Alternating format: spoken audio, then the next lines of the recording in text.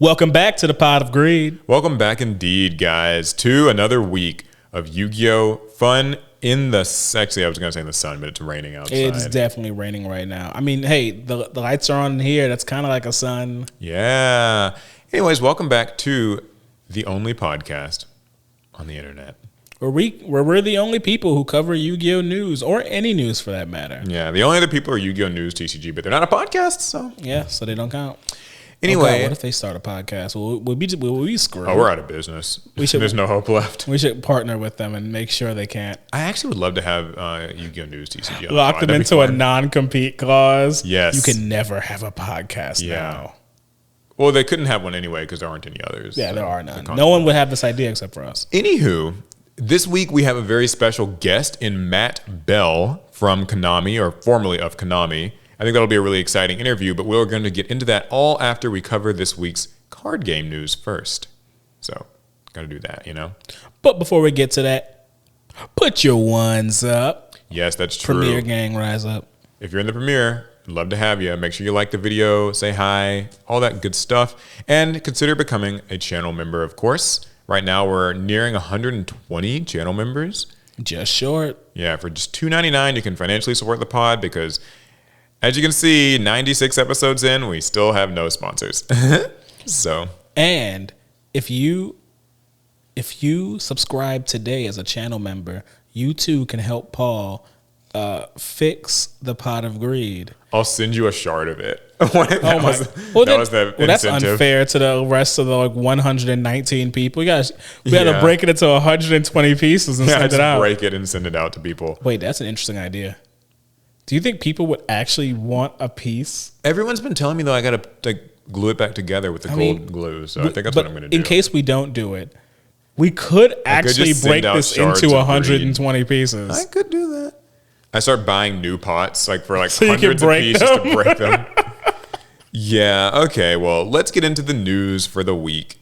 There is not all too much Yu-Gi-Oh news, but there are some cool things. So first and foremost... we got the reveals from Maze of the Master. I don't know if you've seen too much of this. So my boy Odeon, or the man with the mask. The man with the mask. That's a better way to put it. So we did get reveals of the new Odeon stuff. Duel Daddy on Twitter and Instagram and stuff has managed to make some visuals that kind of show everything in the set. I'm glad they go the extra mile so we don't have to. Yeah, shout out to Duel Daddy. Great. He's doing God's work for this game. I think it's them. I think it's two people. Is it? I think it's two people on the account. I'm not really sure.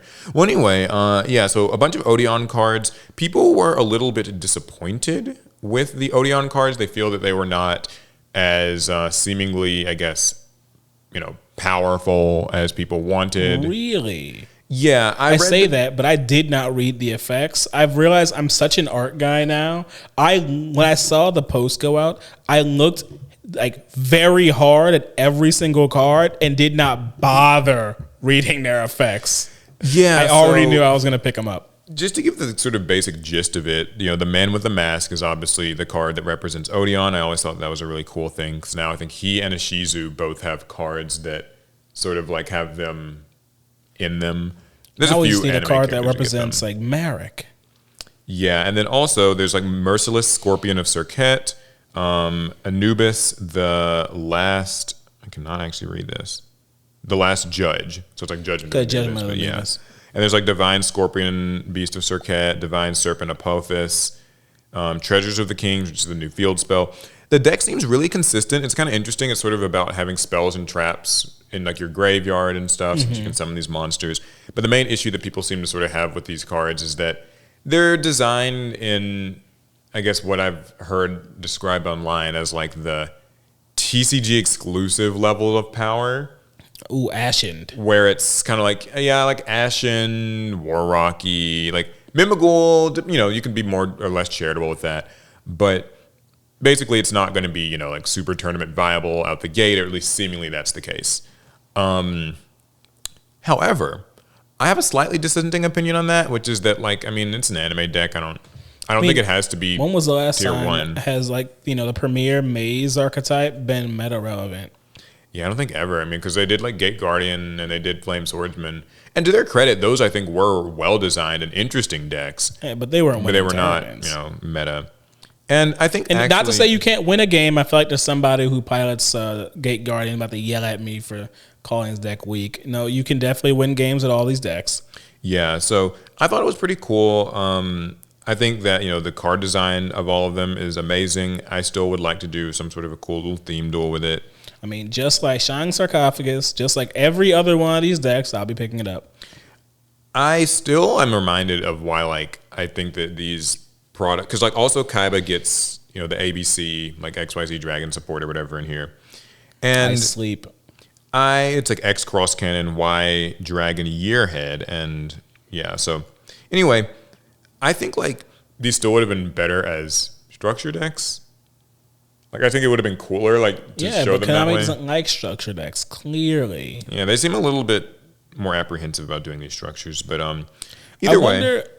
I wonder if is it a matter of sales or maybe it's something else when it comes to structure decks. What I've found out with Yu-Gi-Oh is I just think they've got a product structure in mind at this point, and they don't really change it for much. Although, I suppose it is worth noting that the Trickstar cards in here, the Tachyon cards in here, and the ABC Union stuff in here is all actually just cards that were in Legendary Duelists, Duelists of Brilliance in the OCG, the light Legendary Duelist the light set. I forgot about that. And they chose to just incorporate them into this set because those elemental-based Legendary Duelist sets have been very poorly received in recent years. When the water set couldn't get off the ground, even with the Forbidden Droplets reprint, they did throw that I in knew there. that was it. I was like, oh, it's done. Yeah, so, whatever. But either way, it's an interesting set. There is a lot of new stuff to pick up. The Trickstar stuff is cool.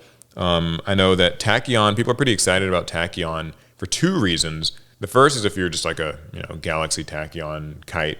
Okay, 3 fan. people and all of Germany. There's one. Okay, do you remember when we went to, I don't know if it was Anime NYC or maybe it was New York Comic Con, but there was a Kite Tenjo cosplayer. Yes, I do Yeah, remember. she is a huge Kite fan. She was freaking out about this. I did say one. I said 3 people. There we go. That's one of them right there.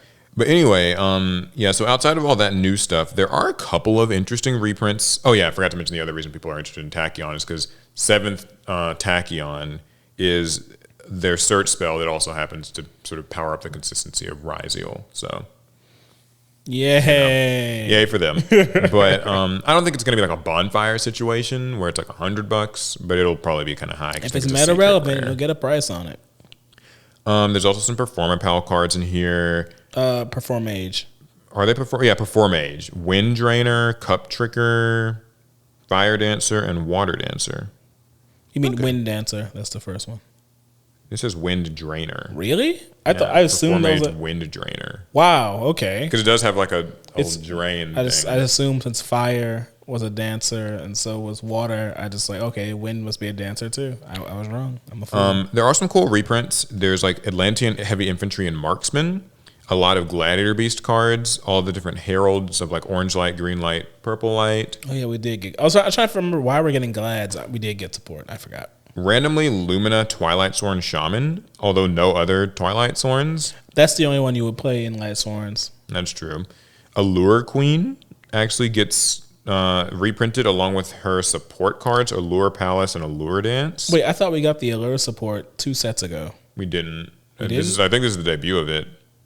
Oh, this is the new Allure support. New Allure support. There Oh, might I have thought been you some. meant reprints of Allure. Well, there are reprints of level 3, 5, and 7 in here. Oh, Actually, I think 7's new. Is 7 new? I couldn't tell you. Well, I either never way- played them to begin with. Allure Queen things exist. We should do a theme duel where we have to use level decks. Oh, that'd be fun. I mean, I guess Allure Queen, maybe if it's good enough, it could face off against the armed Thunder Dragons or something. They're LVs. They are LVs, aren't Yeah, they? the Thunder Armed Dragons. Yeah, so it seems like there are some neat reprints for Edison format in here. If you're into Gladiator Beast, that's a big deal. Some of those Herald cards I think are useful. The big reprint, though, that everyone's buzzing about is Molcharmi Perulia. So that's actually in here as an ultra rare. And that's kind of cool. I do think it's fun that Konami definitely knows They know what we want. They know what we need. You can trust that no matter how underwhelming a side set is, they will slap in a meta relevant reprint. Oh yeah, they always know. They always know like which ones people like kind of really need. It's like when they threw Thrust into last year's Maze thing, and, you know. So that's pretty cool. Overall, it's a set that people don't seem terribly impressed by, but like I feel like that's kind of how these Maze sets go. 1 or 2 big new cards, 1 or 2 reprints, and the rest is if you're an anime person. Yeah, that is how that goes. But I don't think that makes a set a failure. Like, I just, you know. I agree. I agree. I do wish every Yu-Gi-Oh set had a bit more fanfare to it than they typically do now. It gets me back to like, I just think that they should be structured decks. Like, I don't know. Like, I think that would be more, because I know I said it all like last time. How will someone know that like Odeon and all that stuff is like in here? That's kind of my main thing. Like, you look at the pack and you look really hard and you see a little like, man in there like, ooh, that looks like Odeon. Yeah, but it's almost like these Maze sets are kind of just a catch-up set, basically. We can put in anything from this little OCG thing, that little random OCG thing, some V-Jump stuff, a couple reprints, just cram it all in a set. Not bad. I will be buying it. I'm not saying that it is like a catastrophe or a failure, or that I hope it doesn't do well. Just that, you know, I fear that there are going to be people who kind of just don't know what's in here because True. It's not overtly clear. Are you going to be getting some Maze of the Master? So it's not something that like I'm going to mark the date on my calendar, but I can't wait for this specific day to buy a couple boxes of this set. It'll be a product that I just buy as I go to my card shop, like week over week. You know, I might buy a box, might buy a few packs here and there. And then once something like catches my eye, I'll go buy the singles. Right, yeah. Another little quick update. So the New York Toy Fair was this past weekend, and we got a few exciting little things. Totally unrelated to Yu-Gi-Oh! I saw that Ultra Pro is doing a Final Fantasy X Magic collab. I did see that. Where they're going to be doing like deck boxes, binders. They look really cool and high quality, so I might pick up one of those. Order them fast, so they'll end up like the products on Amazon, sold out. Yeah, sold out and scalped. But we also saw Battles of Legend Monster Mayhem's pack design, or at least 2 of the packs. Oh, I didn't actually see these. So this first one is a yellow one with the Chibi Blue Eyes, Dark Paladin, and Gores. And then the second one has Chibi Galaxy Eyes, Tachyon Dragon, Junk Warrior, and Elemental Hero Neos. Ooh, that's a tough one, but I feel like the left pack wins out in the end. I mean, people are always going to buy it for Blue Eyes. Like Dark Paladin, come on. Like, there are not many monsters cooler than Dark Paladin. There are a few. Yeah, get your hands on 10 Chibi variant arts of popular monsters. And I got to say, we just got off the subject, but this is a great like segue of like, this is how I think packs need to look. I think that these packs look good. Like, agreed. They're vibrant, bright colors, like simple, easy to read. Like, okay, you recognize Blue Eyes is there, right? Like, I just realized where I recognized that from, Paul. Where? When we went to Japan and we did the 7-Eleven collab. The 7-Eleven collabs had these. I have a Japanese Dark Paladin in that same exact chibi artwork. It just now hit me that that's the same artwork we're getting now.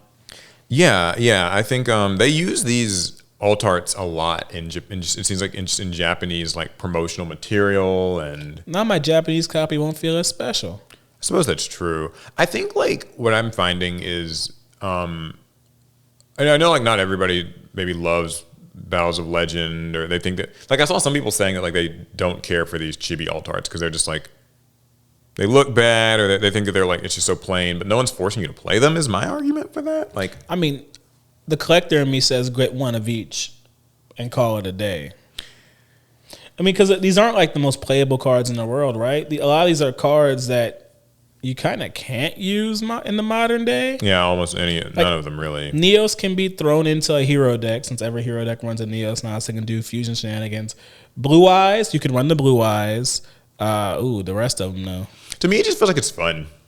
Like, I don't know. I think that a person who is a super kind of like out of the loop casual who decides to buy a pack one day is far more likely to pick up a pack designed like one of these than they are to buy a pack of Maze the Master. And it's funny because technically speaking, Maze the Master might have some better cards for them. Like there might be like, you know, like the XYZ, like kind of union stuff seems like it might be like a decent rogue strategy, but you really would never know. You know what pack I'd buy more than both of those though? A reprint of the Lost Millennium, Konami. Come on, make it happen. Oh yeah, it's gonna be. You're gonna keep dreaming. Yeah, so pretty cool. The next little announcement is that in Master Duel, surprisingly, starting I guess today when you guys are hearing this, the update will be out already. They're adding the new Blue Eyes support. Oh hell! The new Tachyon support. Oh, the game about to go crazy. And the XYZ ABC decks into the game, which is so cool to me because, you know, typically with Master Duel, you know, this stuff takes so long. Months. But I think that this time around there kind of seemed to be, like, I mean, the Blue Eye stuff only came out a few weeks ago. And technically this means that the XYZ ABC stuff and Tachyon stuff will be out in Master Duel about a week before it's out in the TCG. So Paul, if they start running ads online with the new Blue Eye stuff, play Master Duel now. Take off all those other ads. Take off the Ninja ads. Take off all those other Master Duel ads they have running around and replace them with the new Blue Eye stuff. yeah, people are going to get... The game's going to see traffic like nobody's be a big business. traffic pull. I know a lot of people are super excited to play that Blue Eye stuff and being able to play it in Master Duel. Ooh, rank ladder is going to never end. That means they could play it with Magia and not have to worry about the price. That's true. That's true. In that's Master Duel, you crazy. can just do that. Oh, y'all, if you want to play a Blue Eyes deck and you want to play Magia, just hop on Master Duel. I'm turning to Paul now. Now I'm a Master Duel like supporter and apologist. Yeah, you can join the club. I've always been a Master Duel. I've been like Master Duel's greatest soldier, I think. I advocate for people to play Master Duel because I'm telling you, it will make you better at Yu-Gi-Oh! It really and truly will. And not in the, like, I think people hear that and they kind of get the wrong idea about what I mean. When I say like Master Duel will make you better at Yu-Gi-Oh! Someone's going to say like, what? But like Max C is in it and Max C is like toxic or whatever.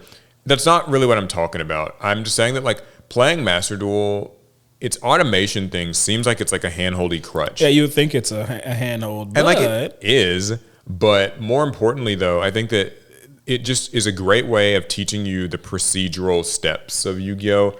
How chains form, when cards like activate, how chains resolve, like just all these little things that you sometimes will skip in paper Yu-Gi-Oh!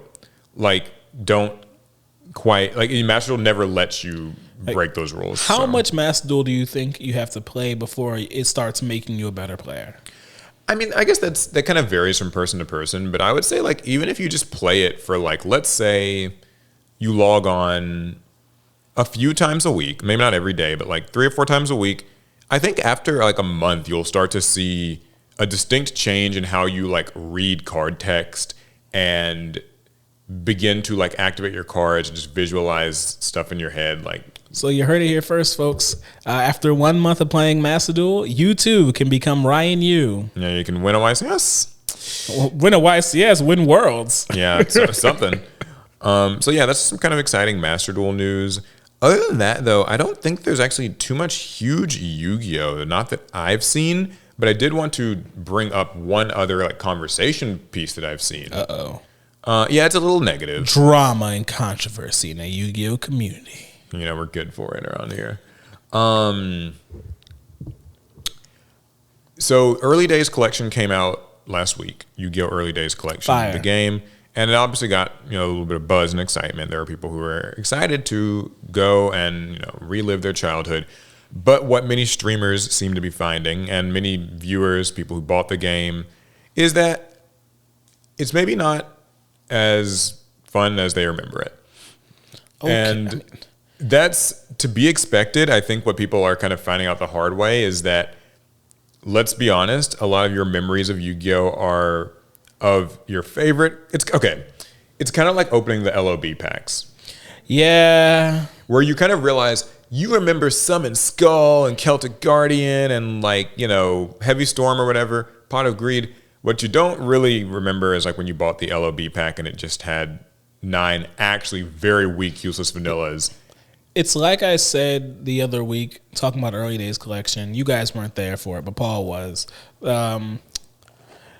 Early Days Collection is truly for like the Yu-Gi-Oh fans, the Yu-Gi-Oh gremlins, not like the modern Yu-Gi-Oh gremlins. I mean the classic Yu-Gi-Oh gremlins, where your idea of a good time is either steamrolling CPUs because your monsters all have 100 more attack than theirs, or absolutely suffering because the game has started, all your monsters have like 250 and and 400 attack is the highest in your deck, and after your second duel all of your NPCs have like 1,000 plus attack monsters, and you just have to figure out a way to win, and you're gonna lose a lot and suffer. But that's actually what old Yu-Gi-Oh games were like, and for some people, that's fun. For some people, that's fun. I mean, it shows a certain ugly side to it for sure, and I think more people are being exposed to that now.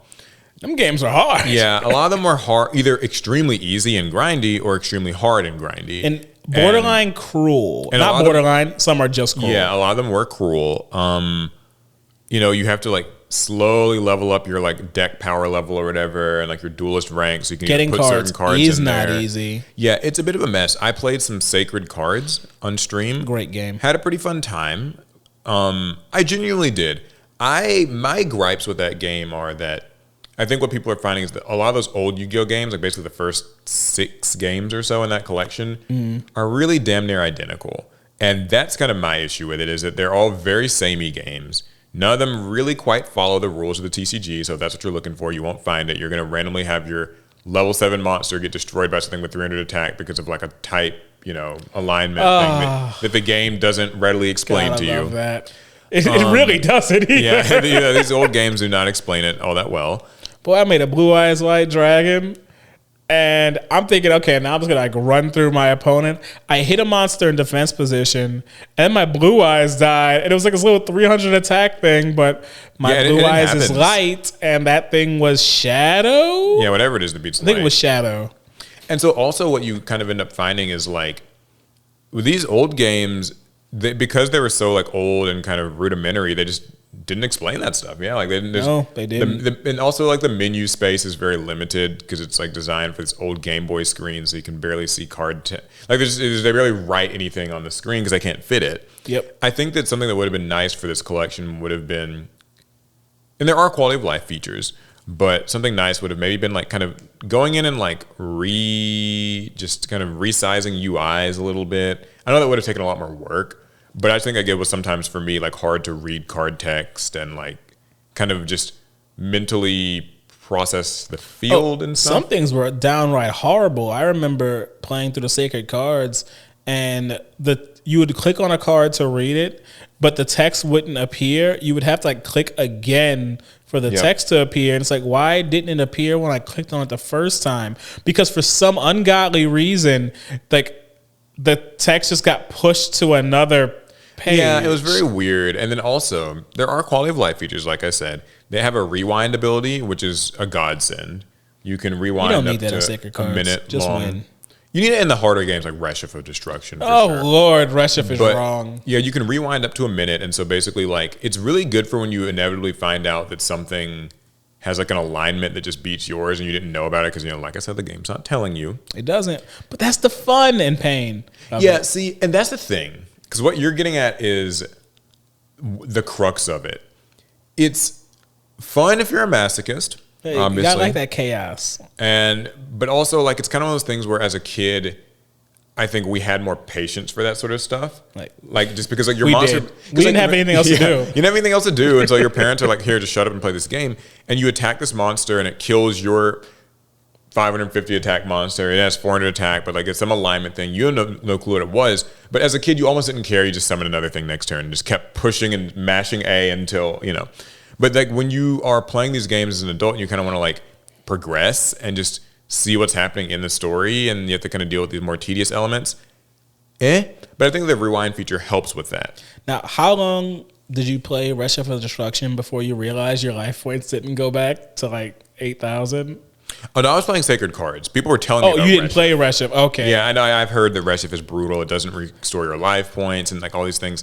Yeah, it's crazy. And when you go from Sacred Cards to Reshift, you don't keep your card pool. So In Redshift, you start off with those same rinky-dink monsters, but your life points don't go back to max between duels.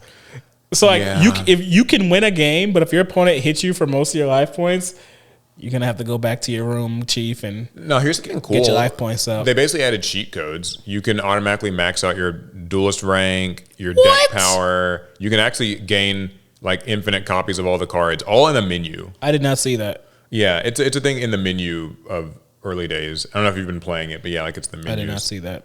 I've been playing, honestly. Now, here's the thing. I think that's a cool feature, and it is much needed. It sucks, but it does expose the fact that these games can be so brutal with the grinding that you just get tired of it and end up wanting to do that. I mean, to some degree, cheating isn't so bad because at the end of the day, you enjoy Yu-Gi-Oh! So even if you have all the cards, you're still getting to play it. I remember in Duelist of the Roses, now this is years down the road, it's not even early days collection, but they had the codes to get cards. Yeah. But when I got all these more powerful cards, I had more fun playing Duelist of the Roses. It didn't actually make it less fun. I actually didn't find that it ruined the game for me. It let me get through the Sacred Cards story faster. So I finally am at the part where like Joey and Taya get like kidnapped by Merrick and Odeon and stuff, and they're What? It's still early in. Oh, is it? It felt like that was like maybe midway through. I mean, you gotta get up to the finals on the blimp. Yeah, I'm getting there because I've already gotten past like stuff like Mako and Mai and all that. So anyway, though, the last thing I'll say about it is people have been kind of complaining because they feel the price isn't warranted. It's kind of one of those things where they're giving you 14 games, but they're also Game Boy Color games that are very samey. The file size is not large, and this early days collection costs $50. And a lot of people just feel like it should have been maybe like half that. I'm not going to lie, I agree. I do agree with that. I think good value, $20. Great value, $15. But I feel like 20 I think the most that is they should what have charged they should have is like 30 maybe. But even still, I think I only would justify 30 if they were going in and kind of like slightly up-resing some of these games. Because I'm telling you, playing Game Boy Advance games on like a kind of like at your desktop where you're kind of close to the TV or to the monitor, it's just really hard to read stuff. Like I think just a slight little resolution bump could have gone a long way for that. So anyways, that's early days collection. I would say to buy it, but I will honestly, you know what? I'm not going to say to buy it. I will say wait for it to get discounted. Dang. It probably will, like here in a few months. If Steam wastes no time. If they discount it to like 30, sure, you could buy it.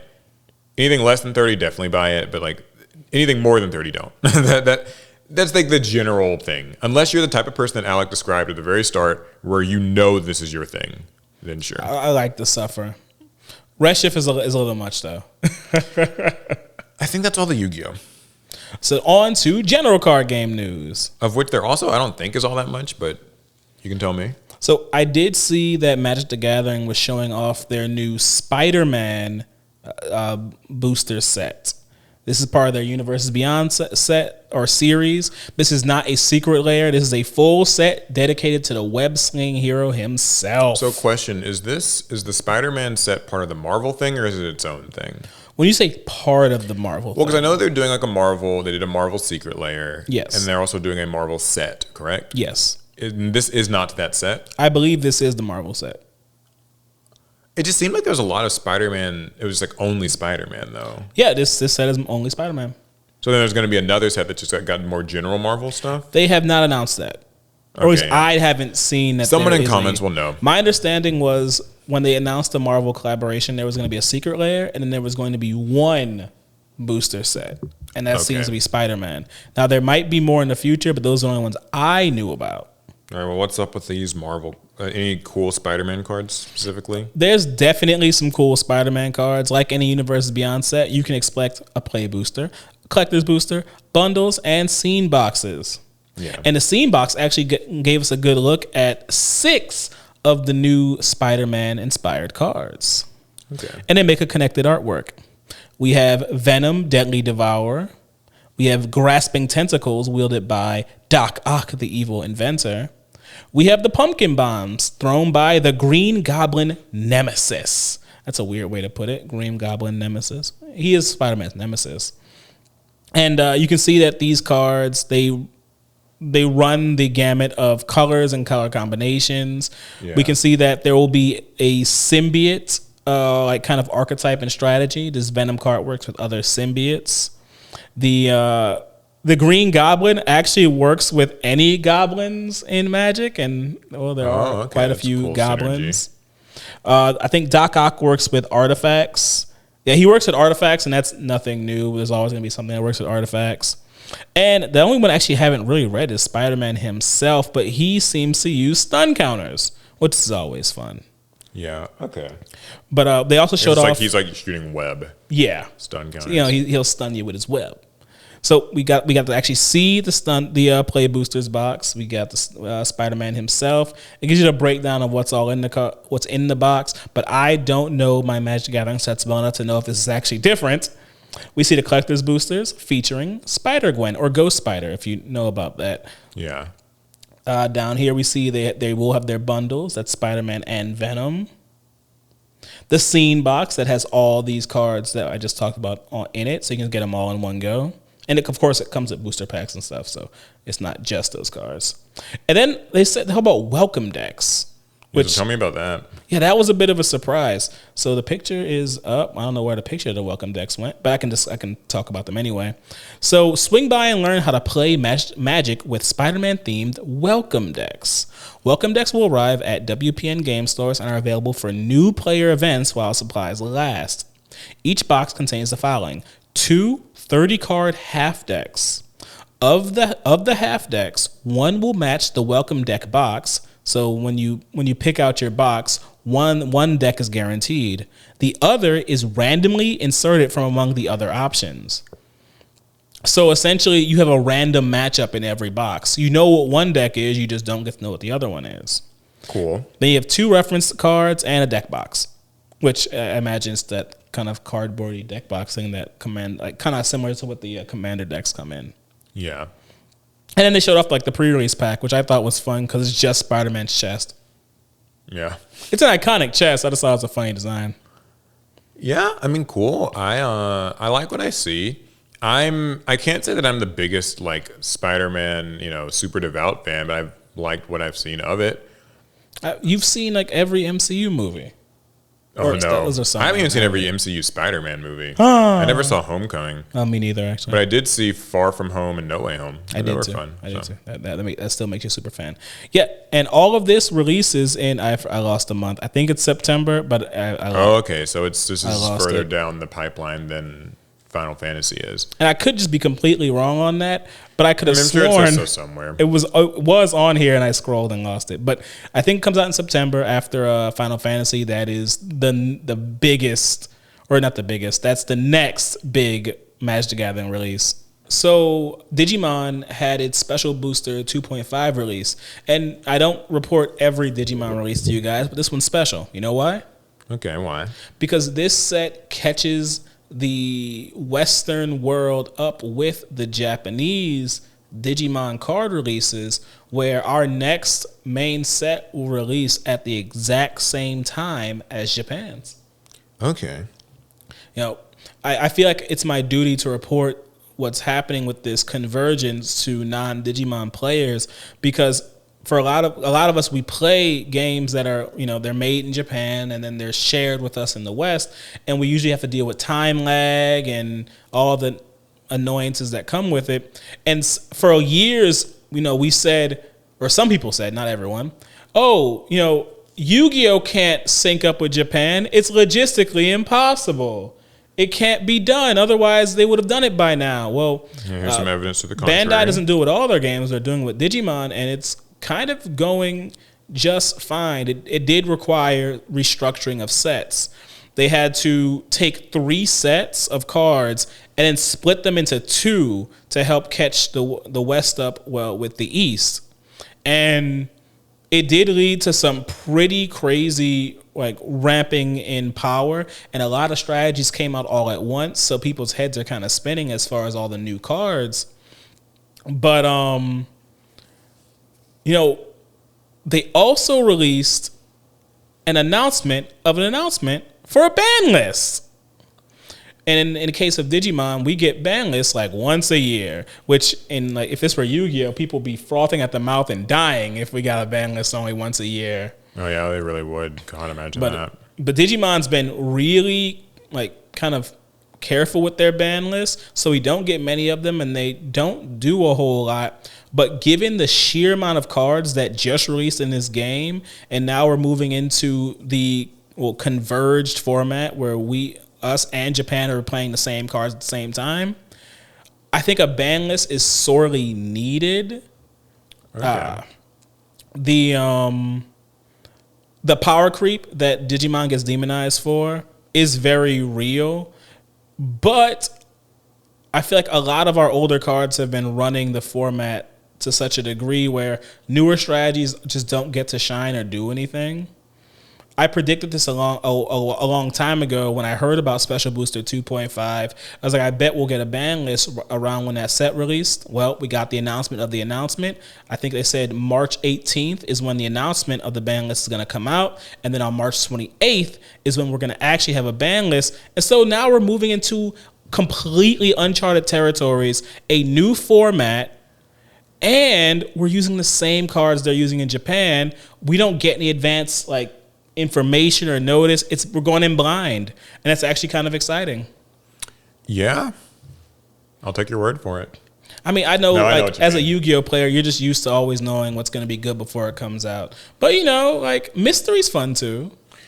Yeah, I mean, hey, that's certainly true. My only real takeaway is I think that it's good to see more card games kind of just synchronizing release schedules. I think if Yu-Gi-Oh could do it, the whole like Utopia meme, where it's like if Yu-Gi-Oh just synchronized, not Yu-Gi-Oh's Utopia, like they'd be like the world would be a utopia, and life would be perfect if the OCG and the TCG were all just the Yu-Gi-Oh card game. We just kind of got everything, and I really do think that's true. I think that would be nice, but the Digimon listeners can weigh in with their thoughts.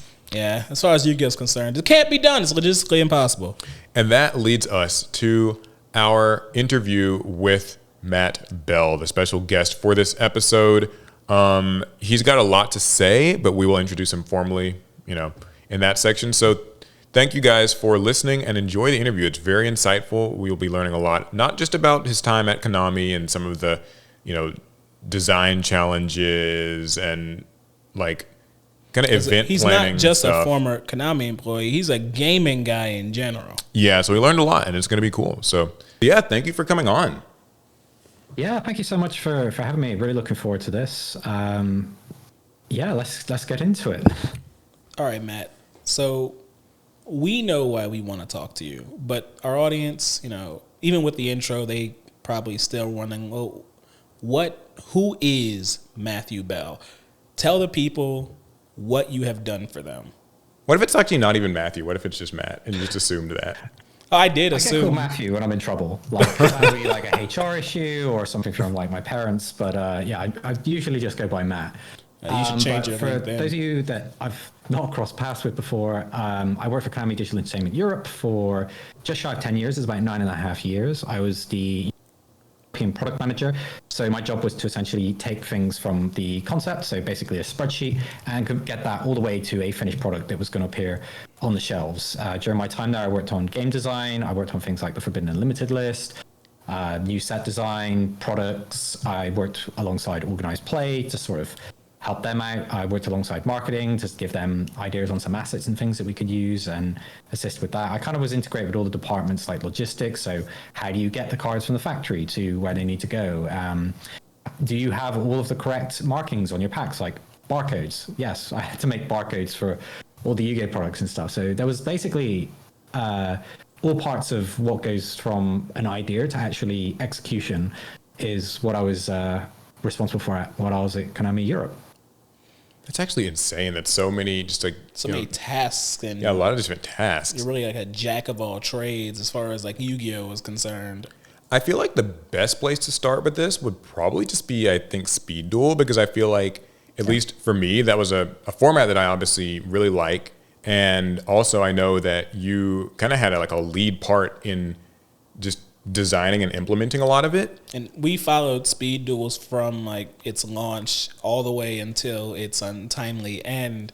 We've kind of seen how it evolved and changed, and we'd like to hear your thoughts on like how was it from the start, and how did like you and your team's thinking change as Speed Duels kind of ran its course? Yeah, so Speed Duel is a product that will always be close to my heart. It was an inspiration for the layout for the game that I'm working on, which we'll talk about a little bit later. But Speed Duels was a really interesting project because we had Yu-Gi-Oh Duel Links come out, and it was a gigantic success for getting a lot of lapsed players and new players that hadn't actually experienced playing Yu-Gi-Oh before. Maybe they watched the anime or they read the manga and they hadn't played at that point. And Duel Links was really, really good for getting people to understand the basics of the game. Yu-Gi-Oh has a huge problem, which is onboarding, because the game is so complicated. Of all the major TCGs out there, when you look at Magic the Gathering, Pokemon, Lorcana, Yu-Gi-Oh really is what I'd like to think is the player's game. It's a game that the competitive players love. There's a lot of depth to it. And when appealing to those players, you unfortunately make it harder and harder for players to enter and get into the game. So I pitched the idea for a Speed Duel, and we wanted to, originally it was just supposed to be kits that we'd send out to O2S stores so people would have different demo decks that they could play. But the costing for that didn't actually work out. It was going to be like way too expensive to run this as a marketing initiative where you sent it to all the stores. So I was told to go away and come up with a viable product that you could sell. So I worked on the original starter decks, which was Duelist of Tomorrow and Duelist of Destiny, I believe, the two original starter decks. Yeah, I remember those. Yeah, they each had like 2 or 3 characters kind of around them or something like. Yeah, it was like Kaiba, Mai, Joey was like Duelist of Tomorrow, and like Yugi, Ishizu, and Pegasus, I think, was Duelist of Destiny. Yeah, so it's the first time we kind of did these starter decks that had multiple ways of playing, and that did extraordinarily well. It was very, very good for onboarding people. People were like, hey, I love these characters, I get to play their decks. And then there's these new skill cards, which was a whole new element to add to the game. I do have to give some credit, I do have to give a lot of credit actually to Kevin Tewart, who really helped bring the physical version of Speed Duel to be more exciting, because I was trying to figure out how to take the digital skills and put them in analog, and you'll see some of the older skills which are like from those decks that weren't that good because they were trying to be physical representations of something that works very well in digital space. Right. And Kevin's like, why don't you make the skills like fun? Why can't I just like play Lord of D and get Flute a Summoning Dragon? And I was like, yeah, it's funny you mentioned that actually, because that's always been something that I've liked about like Speed Duel. And when I tell other people about it, like I'm always describing it as like the skill cards basically take a lot of the more like clunky old things. Yeah. And, you know, like Lord of D and Flute, right? Or like Egyptian God cards, things like that. And kind of just makes it where like, hey, what if you can just search these more easily and like get them to the board more easily just through the use of the skills? Because I do think Duel Links, Speed Duels had a distinct change from those Duel Links-esque skills to skills that actually enhanced the game in ways that Duel Links actually didn't reach.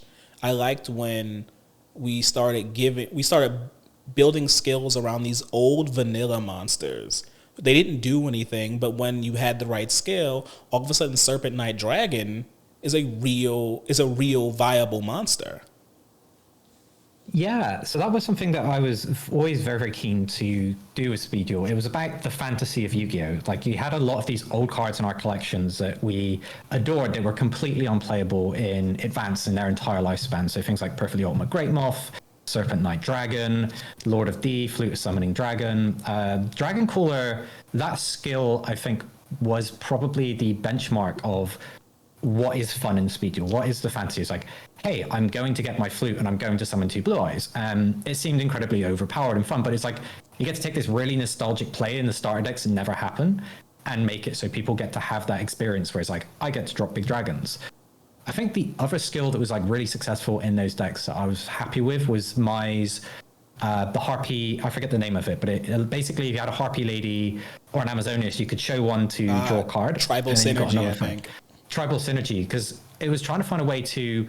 Mai's deck just wouldn't work because you had these 2 completely different archetypes that were doing different things. It's like, how do you do a a crossover for people who want to be true to the character, and it was making a skill that kind of allowed you to flow to draw more cards so you could get more of your synergy cards. And that was another one that came out really, really well in those sets that kind of helped move things along for the rest of Speed Duel.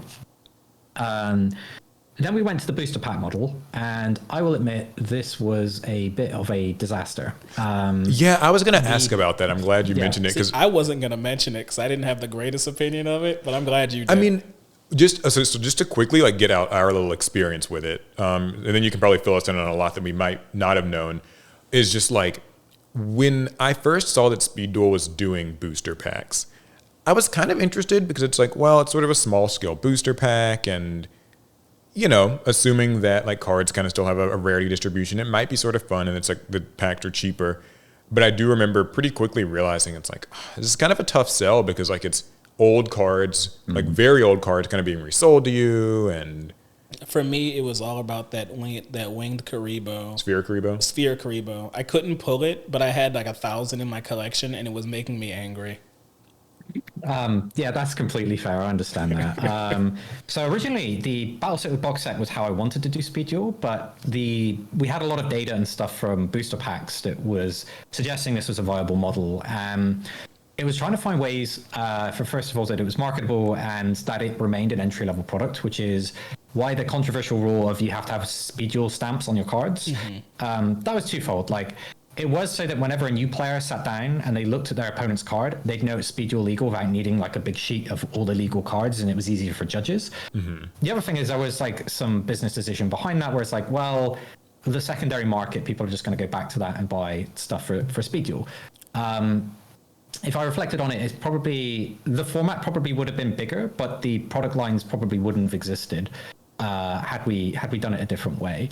But the booster packs, you're right, it was a hard sell taking these old cards and making them exciting. And we had a couple of boosters, and they started off okay, and there was a lot of cool stuff in there, but ultimately people did not like rebuying the cards that they already had. That is important. And then we got to sorry, go ahead. I was gonna say the booster packs, they were not a total. They weren't just like, oh, this total failure. I still have the holos we pulled from those booster sets. The cards looked good. It didn't land, but the booster packs weren't that bad.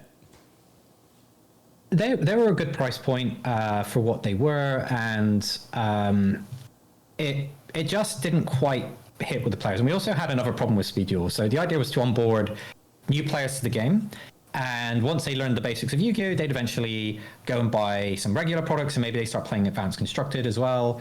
And what we were finding actually with Speed Duel is people were learning the game too quickly, and then the store owners who had all of this product, like the Megatins or other structured decks, are like, hey, do you want to buy all of this stuff? And people were like, yes, I understand Yu-Gi-Oh now, so I'm going to buy that. And then they stopped playing Speed Duel.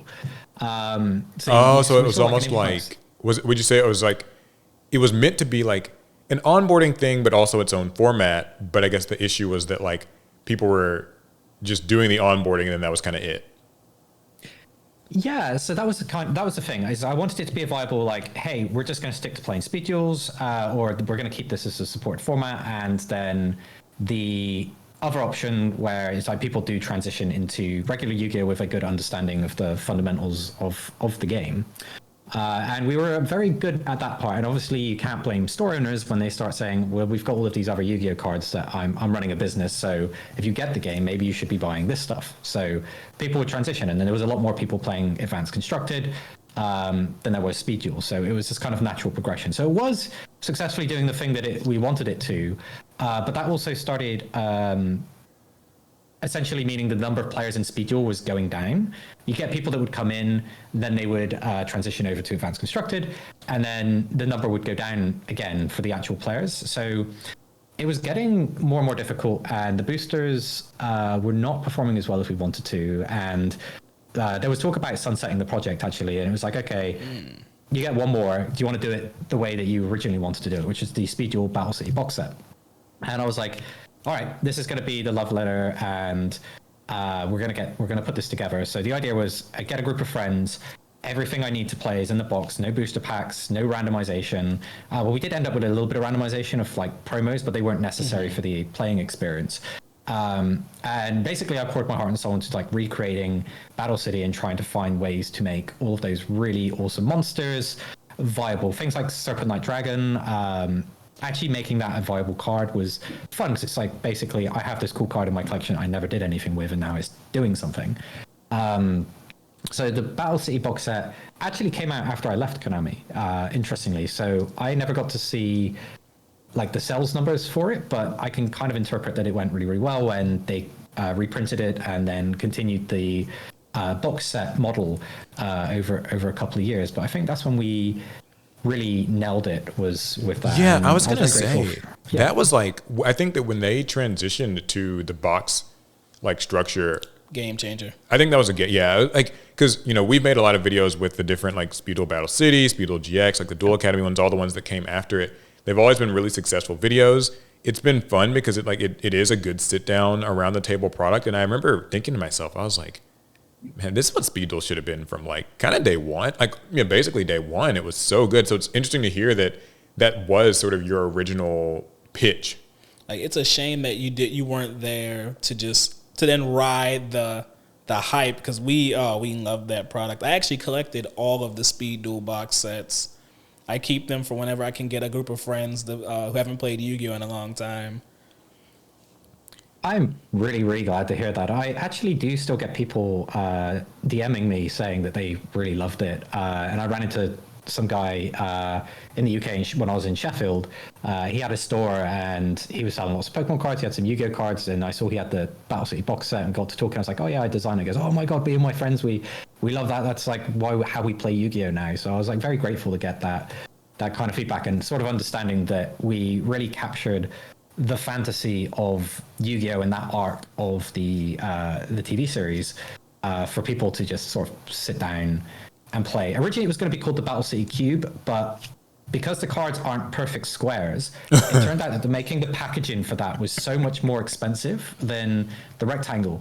And I remember sitting down and saying, I don't want people on the internet saying Konami doesn't understand basic geometry. So I know Speed Duel was, last year they kind of made the announcement that they were sunsetting Speed Duel, so to speak. They sort of left the door vaguely open, like maybe it could come back. I know, like, you're not at Konami anymore, so I'm sure you obviously don't have like a direct line of insight into it. But do you think it was just sort of a like, well, we've done all the box sets we want to do, so that's just kind of the end of it? Or do you think it was maybe like it's not landing with people, or like just any thoughts on that? Yeah, so what was probably happening is in order to not retread ground that's already been done, you'd have to go into 5D's era. And there probably wasn't the same appetite as something like Classic. You notice that there's a lot of Classic products because the Classic version of Yu-Gi-Oh is insanely successful. Timeless. Yeah, it's timeless. You put Yugi's face on it, and it immediately attracts attention. Or Seto Kaiba, or any of these kinds of things. GX has that a little bit with some of its stuff, but nowhere near the level of classic Yu-Gi-Oh! And then it starts to degrade more and more as you go across the different generations. And that's not to say they were bad shows or anything. It's just like the way that people remember and how nostalgia that comes into it. Classic is always like right up there on a pedestal. So if they didn't want to transition over to 5Ds, I imagine that sales would probably have been coming down for the later box sets, and then it was like, do we want to continue to invest in this and advance onto the next era, or do we stop this and we proceed with like a different onboarding tool or a different product that we can fit into this slot? So it was probably a business decision based on data that they had coming in. I'm sad to hear that it ended, and maybe it comes back or something. I don't know. That would be great. I mean, something I do like about it is just that, like, at least it's not like, the products still exist. Like, people still have the cards. It feels better than, like, when I think of like digital games these days, when they get sunset, like, like Yu-Gi-Oh Cross Duel came out, that got sunset. That's like done. You're not logging in anymore. Your account's gone. With Speed Duel, it's like, I still have my Speed Duel cards. I can still keep them in, and I can always like reopen them and just play them. So at least, for me at least, like, I'm glad that there is that. Yeah. Yeah, it was always a self-contained experience. The idea being that you buy the box set and like everything I need is to play, and then if I get other Speed Duel cards, I can play them in the format. But if I want to keep it like just the what I've got, and it's always going to be me and a group of friends just crack it open, deal out some decks, and play. Like that option is always going to be there. And the problem with live service games is that they're very expensive for companies to keep running them, and if they're not performing as well as they should be, they get killed and you lose your collection or whatever investment you had in that game. And we heard a lot of comparisons of Speed Duel and Duel Links, but another comparison that I heard almost as much was when Rush Duels was announced. How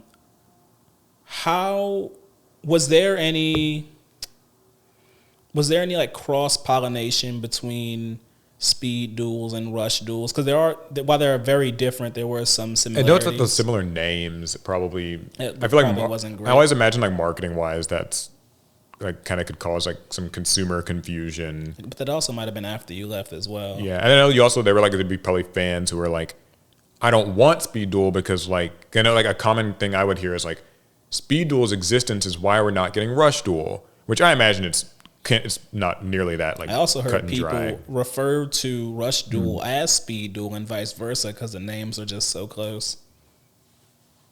I have so much. I'm going to think about what I can say here because there's so much I can say on this topic. Because it did. Rush Duel was announced and released when I was still with the company, I believe.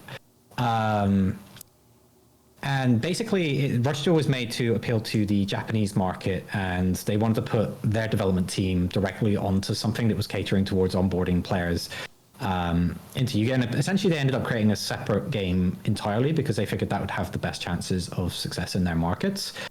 I would have loved for Speed Duel to be universal across all the territories, but the development team in Japan decided, hey, this is what's going to work for our markets and help us reach our targets. This is what we think's best.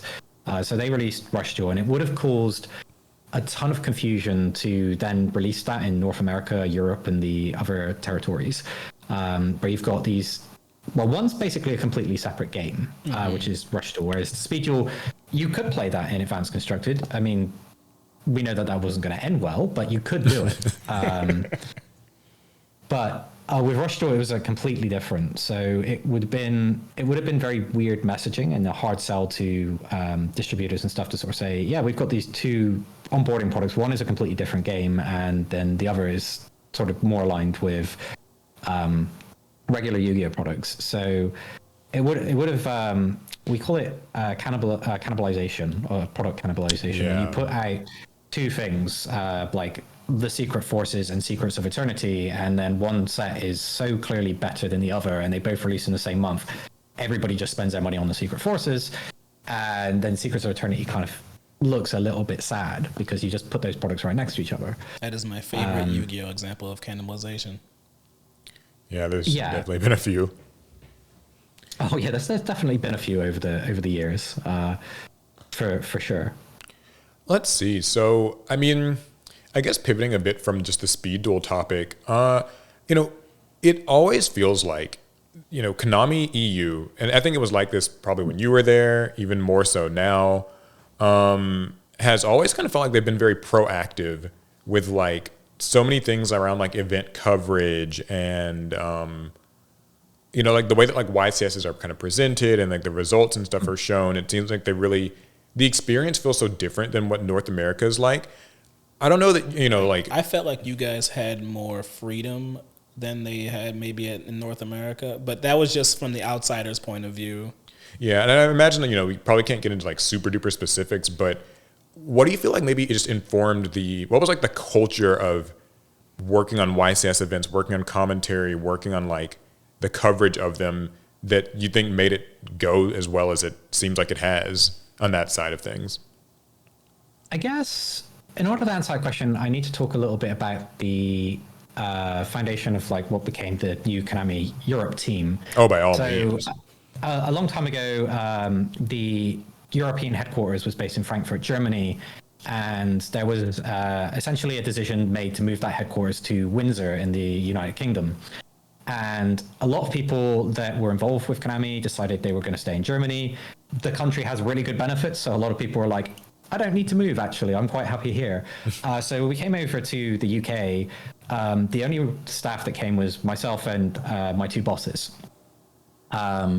And we had to basically rebuild the team from scratch. And normally the way that a company would do this is you'd post jobs, you'd get agencies to go after people. But instead, I spoke to my bosses and said, hey, I've got a bunch of people that I think you should interview and make a decision on whether they'd be good for the game. They're fans from the community. They really get the brand. And I believe that they can do the jobs that we need them to. So we interviewed people like PJ Tierney. He used to run the blog The Irish Duelist. I love a lot of his articles. I have read so many of his articles in tournament coverage. Sorry, I just fanboying a little bit.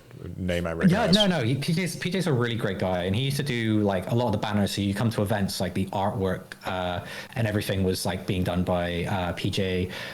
We picked up Don Galizia, who's now like head of marketing for all of Konami Europe, I believe. He was actually originally a TO and a judge, somebody I worked with, always reliable, really, really great guy. Like, I'll never stop saying good things about Dom.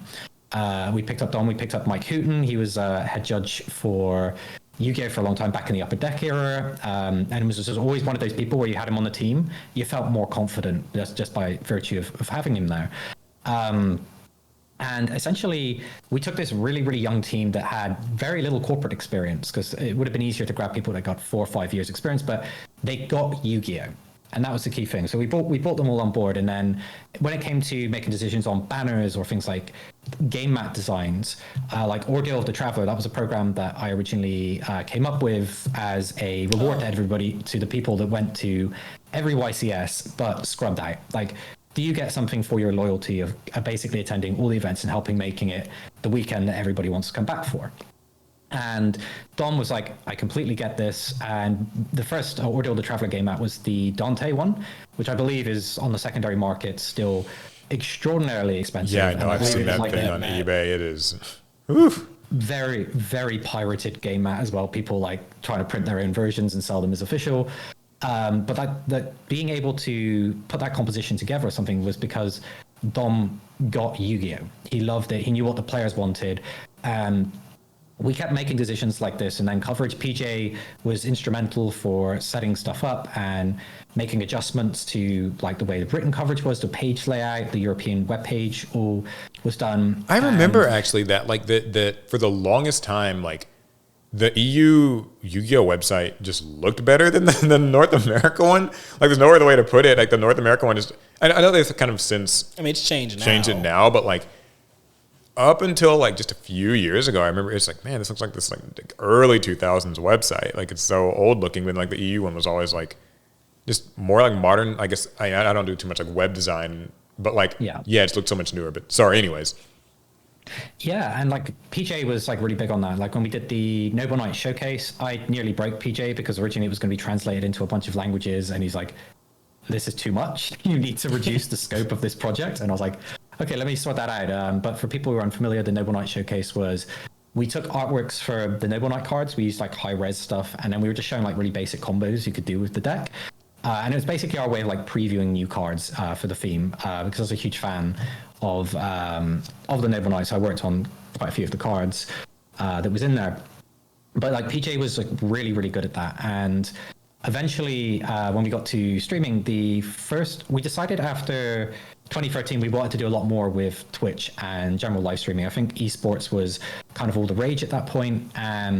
We decided to do we wanted a test run before the World Championships in Rimini. So we essentially said we're going to do a practice run at the European WCQ in 2014, which was Amsterdam. And it was me and April Cooley, who's actually helping me out with my project to this day. Like, we've been friends for a very, very long time, back in the Upper Deck days. And that's deep back. Sorry, go ahead. That's really far back. Yeah, I think we've been friends for like close to 19 years at this point. But yeah, when we got there, we were originally told there's going to be a 10-minute delay. So if you say anything or you accidentally swear, we're going to be able to edit that out. Don't worry. You're not going to be on camera. No one's going to see you. And it's going to be completely fun. And we get there and say, okay, actually, you're going to be on live. The camera's going to be on you. And there's no delay. Good luck. And so we just looked at each other and said, okay. And then we just casted the event, and it went over really, really well. Because we didn't announce that we were going to be streaming that event. It was just something where we were using it as a test run so we could be ready for Rimini. That was like really important because the World Championships essentially travels around the 3 offices. So you had like Japan, Europe, US, and that kind of cycle would continue until certain world events would happen, and then a lot of the events got moved to Japan over a couple of years. And it was also the one that players always really wanted to go to. Fair, yeah. We were actually so fortunate enough to get to go to Berlin and meet you. And then when it did come back in 2023, we were able to go to one in Japan. And so the irony is actually that I don't think either of us have ever been to a Worlds that was actually in the United States. Nope. It's kind of strange. I've never been to a Worlds that's been in the United States. In my entire time at Konami, every time it came around and we did the staff list of who's going, it always made sense to send somebody else in my place. So like 2015, I believe, was the US one, and then Luke Withington joined our team, and it made sense to sort of like introduce him to all of our colleagues and stuff that were there. So we were like, hey, yeah, we're going to send Luke, and Luke's going to jump on the live coverage. So that makes 3 of us, basically. We just haven't actually gotten to go to a North America Worlds. One day, maybe. Which is crazy. It will happen. I'm sure it will happen at some point. But yeah, the event went over really, really well.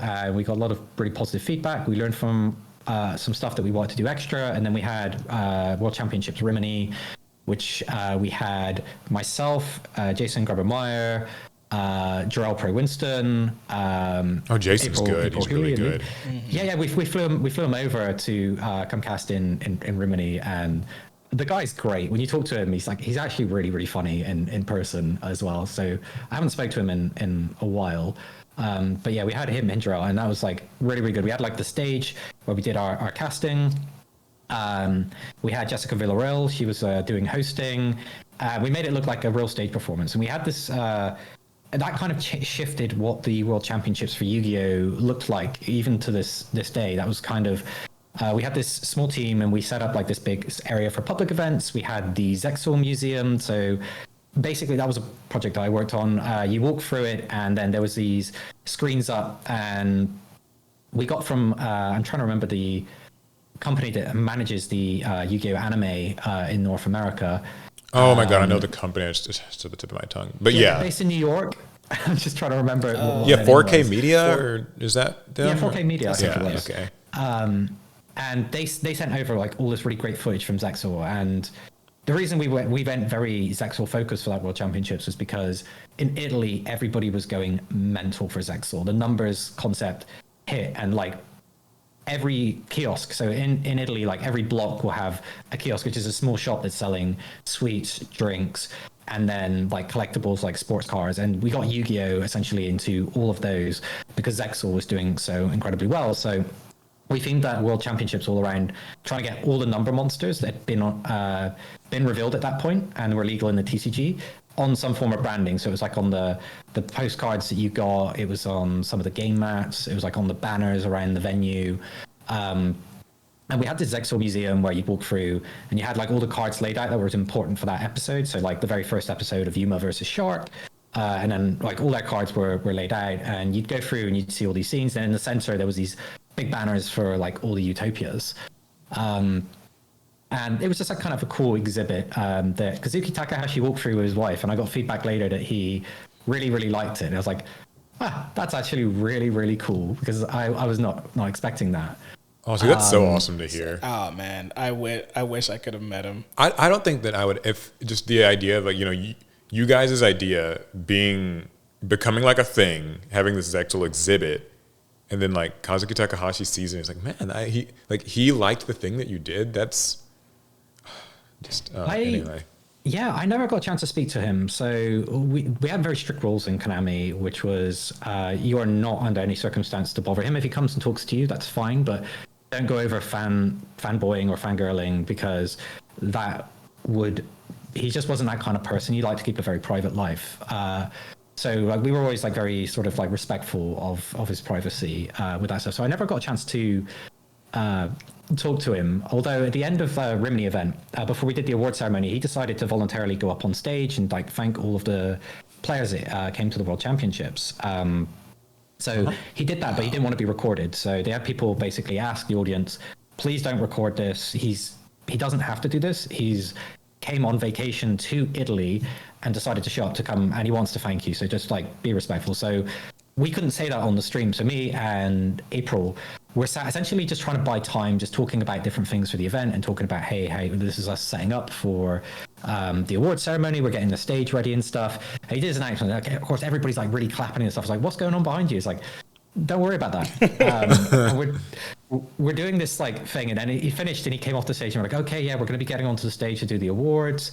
And he walked past us and he just kind of like looked at us and he nodded. And there was a bit like in that coverage where me and April just kind of like, we looked to the side and we just watch him just like walk slowly with his entourage, like off basically to behind stage to the green room we had for him. And it's like just a couple of moments silent on the stream. Is like, that man changed the entire course of life with his work, as he did many other people. And it was just such a surreal moment to have him walk past. It was a different feeling from when I sat down to have drinks with Dan Green and Eric Stewart, who are also excellent people. Like, that sounds like a good drinking party. Oh, for sure. Like, one of the things that you always hear is like, never meet your heroes. But I would say like Dan Green and Eric Stewart, they lived up to expectation. They are incredible people. Every time we've had them over. But yeah, that aside, Rimini just went over really well. There was a decision made to make Worlds more of a spectacle. And we kind of followed that format for a while. And I think the next time Worlds format changed was World Championship. Is it not Shinjuku? Shinagawa, I think it was. And it was in one of the Konami gyms in Japan. So for anybody who doesn't know, basically Konami owns a lot of other businesses in Japan other than video games and trading cards, and one of them is this big fitness gyms. And we had the World Championships in there, and instead that was like invite a bunch of people, have a stage performance where you had them playing like passionate duelist.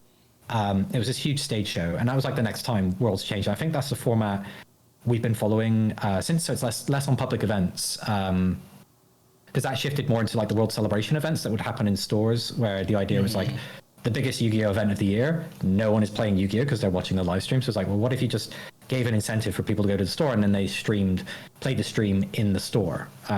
Which is a really good concept.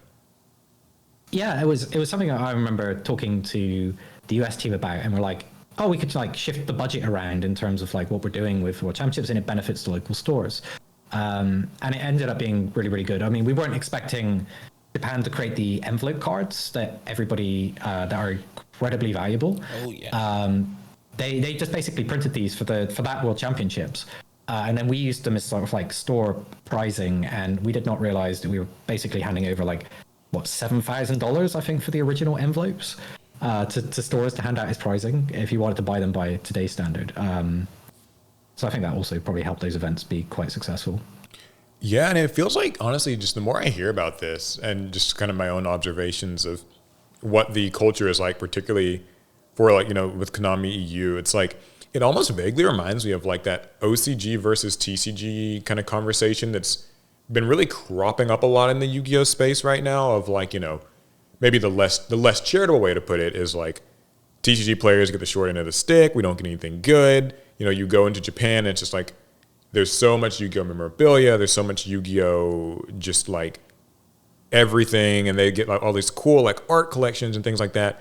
But I do get the impression that you guys were at least like really kind of trying to like bridge that gap. Like when I think of, like the Zexel Museum and that very like coordinated marketing push. I feel like we don't see enough of that on this side of the ocean.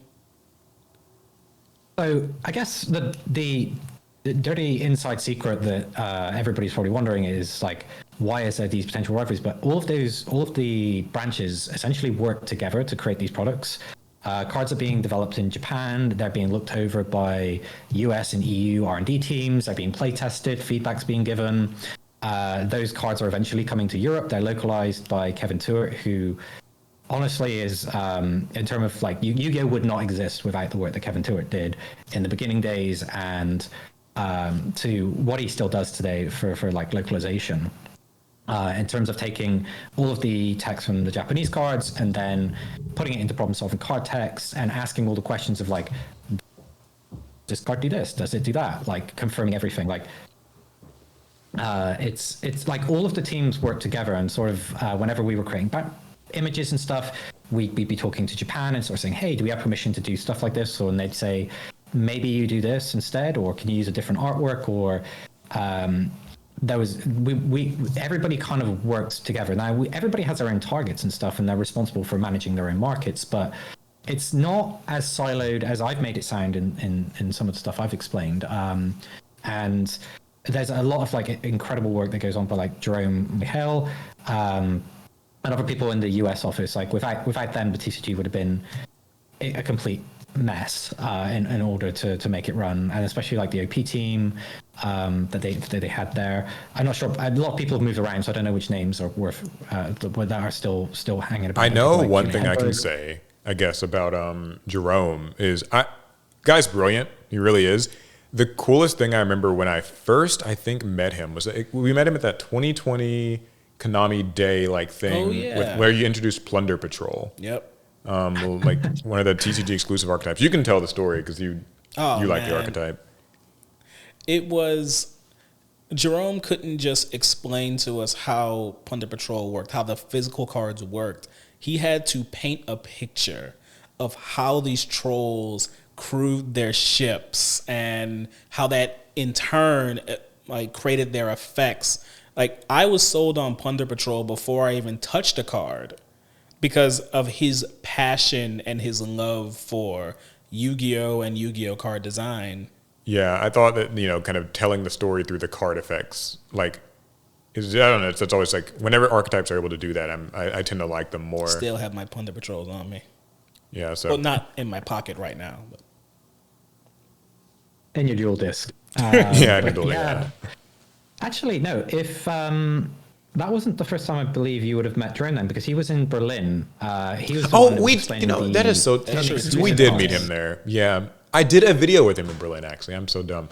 Well, for me, we met so many people in Berlin. Like my brain was swimming. It was a blur. It really was a blur. Berlin it was a lot of fun meeting all the people. I mean, and I will say, like, I think that's an element of Konami that from the outside looking in, I know, like, for a lot of players, and I'm sure you have seen like the brunt of this, it's like Konami's kind of just this black box of sorts where, just they're just trying to like take all our money and they're making these ban lists and like, and I hate these ban lists and I hate the bubble, like it's just like the single kind of evil entity that's like, because like for this Yu-Gi-Oh Hydra players, with a mind of its own. Like our money goes into Konami and then like cards come out of it, but we don't hear like information. So yeah, like we're not happy and yeah. So it's kind of interesting. I wrote an article a long time ago. I have a blog that's somewhere on the internet. I have read one of your blog articles. I actually have. I'm pretty glad. And one of the things I talked about was the reason you get to be a game designer the reason you want to be a game designer is to make great games, but the reason you get to be one is because somebody pays you to do it. So you have to develop your game with a business sense in mind. And I believe that designers should be involved in part of the commercial process and understanding how the game is going to arrive as a final product to players.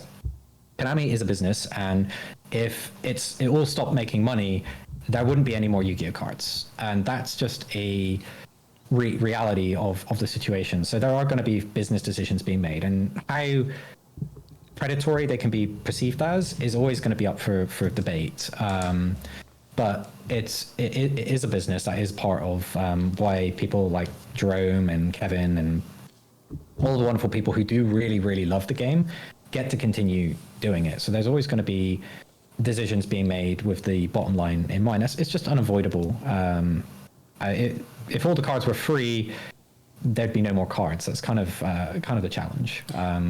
And I can understand some of the frustrations of players for things like rarity increases or other things, but it's all part of the big machine that makes Yu-Gi-Oh run, which is crazy on the inside. At one point, I think we were doing like 30 releases a year when you counted in like things like sleeves and accessories and stuff. I was on like a new project every 2 weeks. I do remember. I feel like that's slowed down somewhat. Like, because what year would you say that roughly was? Like when you felt like it was like really fast? I'm trying to think back because there was like a couple of years of my life which I kind of remember as a bit of a blur because there's just so much Because see, like stuff going on. I feel like it might have been maybe like 2018. And that's kind of just a guess. Like I feel like was when I was like, man, there really is like new stuff like every couple weeks. Like it's just like for good, for better and for worse. Like I remember sometimes I was like, man, like sometimes it feels like these products, like new sets, almost don't even have time to like catch their breath because like something's coming out, you know. Always on to the next one. It feels like lately that's kind of slowed some, but yeah, just I don't know. When you mentioned it, it kind of made me think about it. Yeah, no, it was a lot, and that they'd all be in various different stages of development. So you'd be working on something, and then you'd grab something new, and then that would start, but you're still working on the old thing, and then it was like there was a lot going on, and then even smaller projects like getting sleeves like produced and sent over, that would still require quite a bit of work, logistics, and then the sales teams would have to contact all of the people and be like, hey, yeah, we got this new accessories coming out. So there was a lot going on, and then there was like products that the players are probably less aware of, things like Star Pack. That was something else that I worked on, and there was like these smaller releases, things like the Advent Calendar. That was a fun one. Like all of this stuff. That was a fun one. Yeah, I loved the Advent calendars. That was another project that I basically got to work on when it was like trying to create something fun for the players for Christmas. Originally, it was made for Germany, but I think we really knocked it out of the park with the Karibo calendar. That was because that was like when like North America was like, we love this, and I think it was like in Barnes and Noble and stuff. And I was like, oh, that's actually really really cool that it did so well outside of Germany. But yeah, sorry, I'm losing my train of thought here. As I'm getting a little bit sidetracked. I actually wanted to shift gears a bit because earlier you mentioned that you worked on the Forbidden and Limited lists, and that you know this is an item that is so shrouded in mystery. It is the boogeyman for Yu-Gi-Oh players, or sometimes it's their savior. What can you tell us about your involvement with the Forbidden list, if anything? Or even maybe the better way to look at it is just like, just so that it's not like, you know, like, oh, he's the one who banned my favorite card in 2016. Because, you know, people what did can you be ban specifically? more like, what, you know, just the general kind of process or approach. Like, if there's anything that you can say about that. Yeah, I got to be careful here because it's something that's my NDAs. I still respect those that I signed, but it is a big discussion of going through, considering how is the playing environment looking? How is the general sentiment towards competitive Yu-Gi-Oh? Are there things that are generally causing problems where you can't convince people to buy new cards because these current ones are way too strong? I believe there are people still in Japan that wake up in a cold sweat whenever you mention Blackwings, because for a while, if it didn't have Blackwing in the set, no one would buy it because you wouldn't need to. It was a perfect deck at the time. And that'd be like an example of like, well, we need to tone this down, or we need to power creep it. And then you end up in that difficult cycle where it's like things just keep getting better and better. And it's very difficult to lower the expectations of players. Like if you suddenly go ahead and forbid all the really, really overpowered cards, and then you start releasing cards that are underpowered, people still remember what they were doing like 6 months earlier, and they're like, I just feel like I'm playing a worse version of Yu-Gi-Oh. We've seen a lot of Yu-Gi-Oh formats like that, where, you know, the current stuff is good, and it's kind of weird because like people are like, oh, these cards are so broken right now. I wish Konami would like chill with the crazy cards. But like if you kind of chill with the crazy cards and the new stuff's not perceived as being like as good, then players just won't get it, you know? And so like I think of like kind of like mid to late 2019 when like there were like archetypes that came out, like Marincess, for instance. And I remember people were like, well, this is just like not as good as Salamangreat, for instance. And so, but yeah, exactly. not to cut off the thought, but yeah. Yeah, and there's a lot of decisions that go into it from many different angles, and it is a discussion that goes on between all the branches that we'll have a discussion. That's kind of about the length of what I can say. Yeah, that's fair. That's fair. But well, okay, a couple more things then, and then I want to talk a little bit more about Robot Raiders.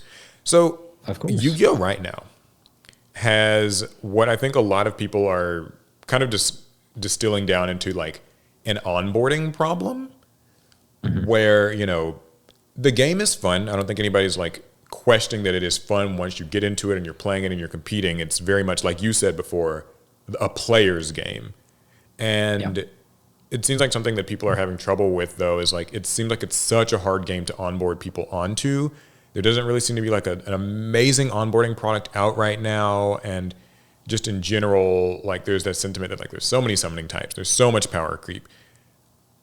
Do you, from, I guess now at this point, sort of outside looking in, what are sort of some of your like perspectives or insights on that? Like, do you think that it's something that is as much of a problem as it's purported to be?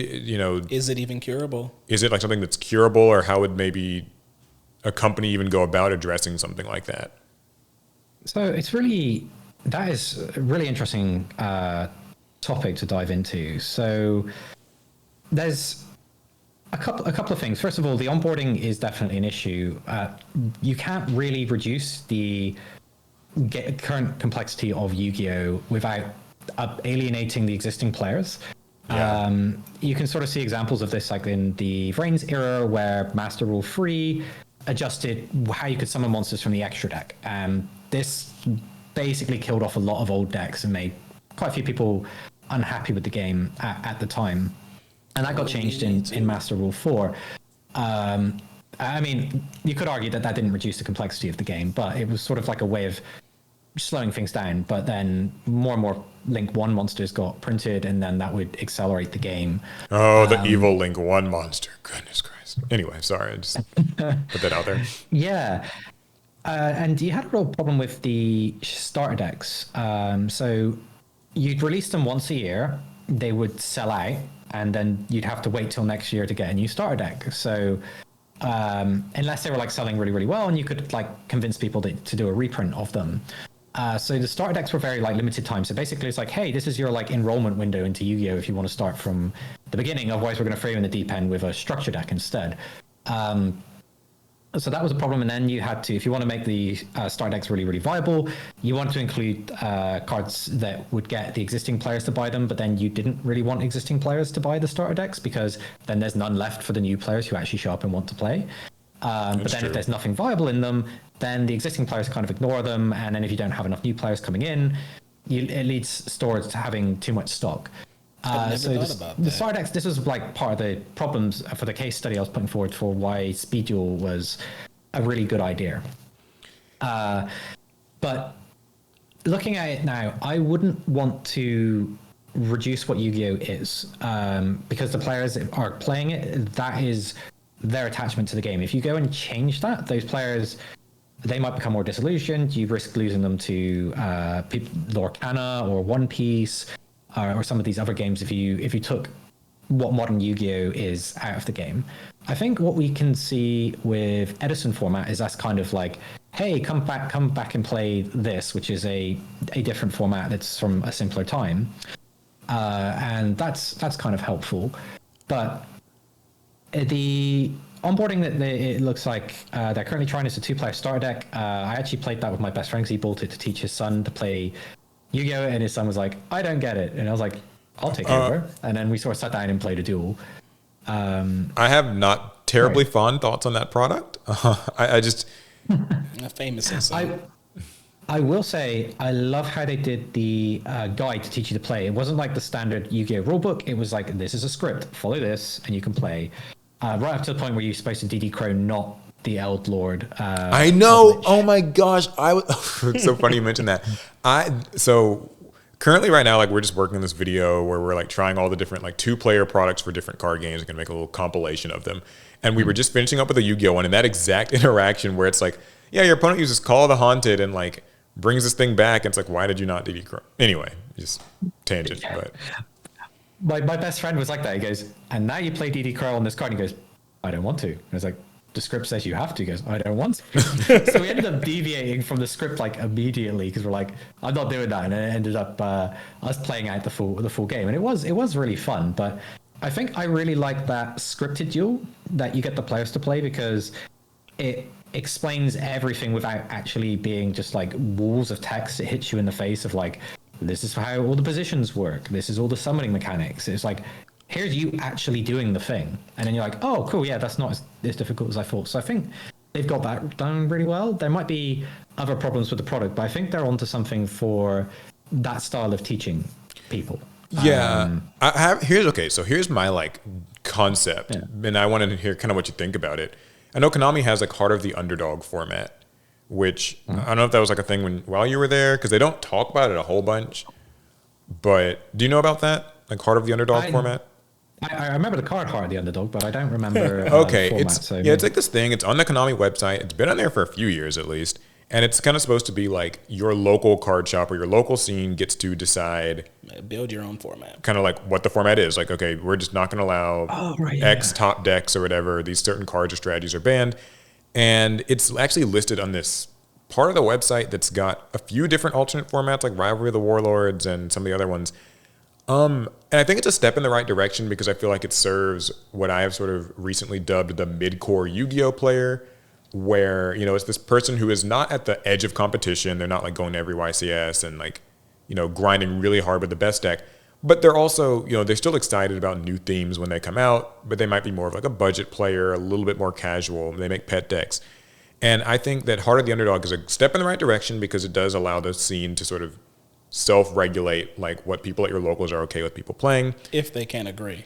If they can agree, that's sort of where it gets a little tricky because it's like Konami kind of calls it Heart of the Underdog format, but it really just, it depends on what your Who locals... decides who the underdog is? Yeah, and so I've always thought that maybe it'd be interesting if Konami could kind of make a mid-power level format so it doesn't involve, like, none of the rules of Yu-Gi-Oh are changing. We're not going to like be like, okay, no link monsters or only 3 summons per turn, nothing like that.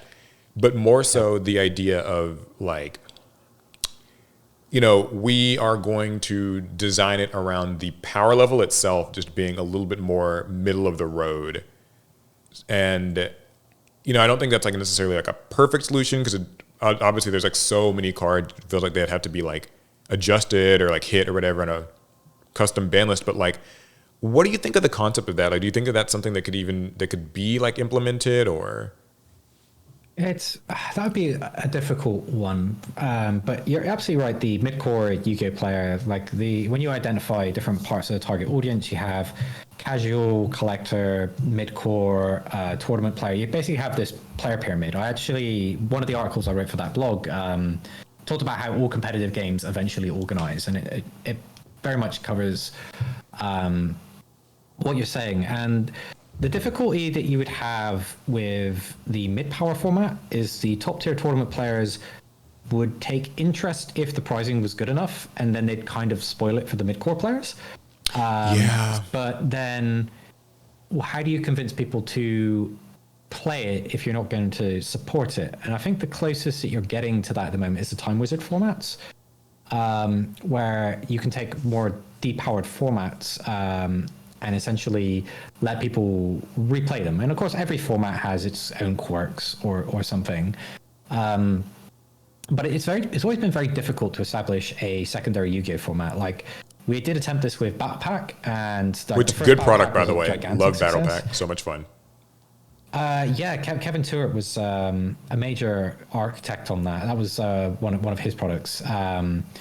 And we basically talked about how we were going to do it, and then we ran the YCS in Sheffield in the UK, the first one for it. The craziest thing about that event is we had so many lapsed players come and play. So basically, people who haven't played Yu-Gi-Oh since Tribute Summoning Fistalos, the Fire Monarch, was a good play. Yeah. And we had your packs could be your deck could be crazy because you could have things like Raigeki and Solemn Judgment and stuff like in your deck, and your opponent could have like Scapegoats and other ridiculous stuff. And it's always been very difficult to get Yu-Gi-Oh players to play alternative formats until the players decided that they really enjoyed the GOAT format, which was a format I played in when it was the competitive format. And it was kind of boring. But players loved it. And they said it was very, very skillful. I'm not sure I agree with that. The format had its own issues. I was always going to say something about because I know Edison has kind of taken over as probably the most popular little retro snapshot format. Yeah. My only real issue I've sometimes run into with Edison though is that it is a snapshot. And so because it's never changing, it can for some people sort of feel like, oh, well, this is solved, or it just if you play Edison, there is still innovation in that space, but it's so what if I'm a player who wants to play Marincess, like it's just kind of to throw an archetype out there or something, and it's like, this is a newer archetype and it still maybe gets a new card every other year and stuff, but it's clearly below the power level of the best decks. You know, where do I play that? And that's like kind of where I think that a mid power level thing comes in. But Yeah. so it's like, you know, for this player who they want to experience the exciting new cards being released in Yu-Gi-Oh, but just also those ones that get tossed as like, this is, you know, a drink coaster type of card. Like, why would I care? It's not, you know, the big secret rare that does the crazy thing, but like it's an archetype. So that's always something that I just think like would be interesting to explore, but I'm just not sure if. We already answered that actually. If you did it like the Speed Your Battle City box set, of course I'm going to keep tooting my own horn on that one, but you could essentially create these micro formats that contain all of these archetypes, and you can say, hey, yeah, get down, and if you want to start playing Yu-Gi-Oh immediately, you've got these decks that are available for themes that may have not have been super competitive, but they're all kind of like similarly balanced, and you could have essentially that kind of format. That would be a product that you could target the mid-core. It'd be a good question on how big that audience is, but I think overall the product structure, well, I've bet my entire company that I've built on that product structure. That would be the way that I would do it, whereas it's like, yeah, cool, we got like 4 decks. So like we got Boojins, we got I don't know, choose 3 other decks, Light Sworn, DDD, and something else, and like they're all sort of balanced to a level where you can just sit down, pass decks around, and play.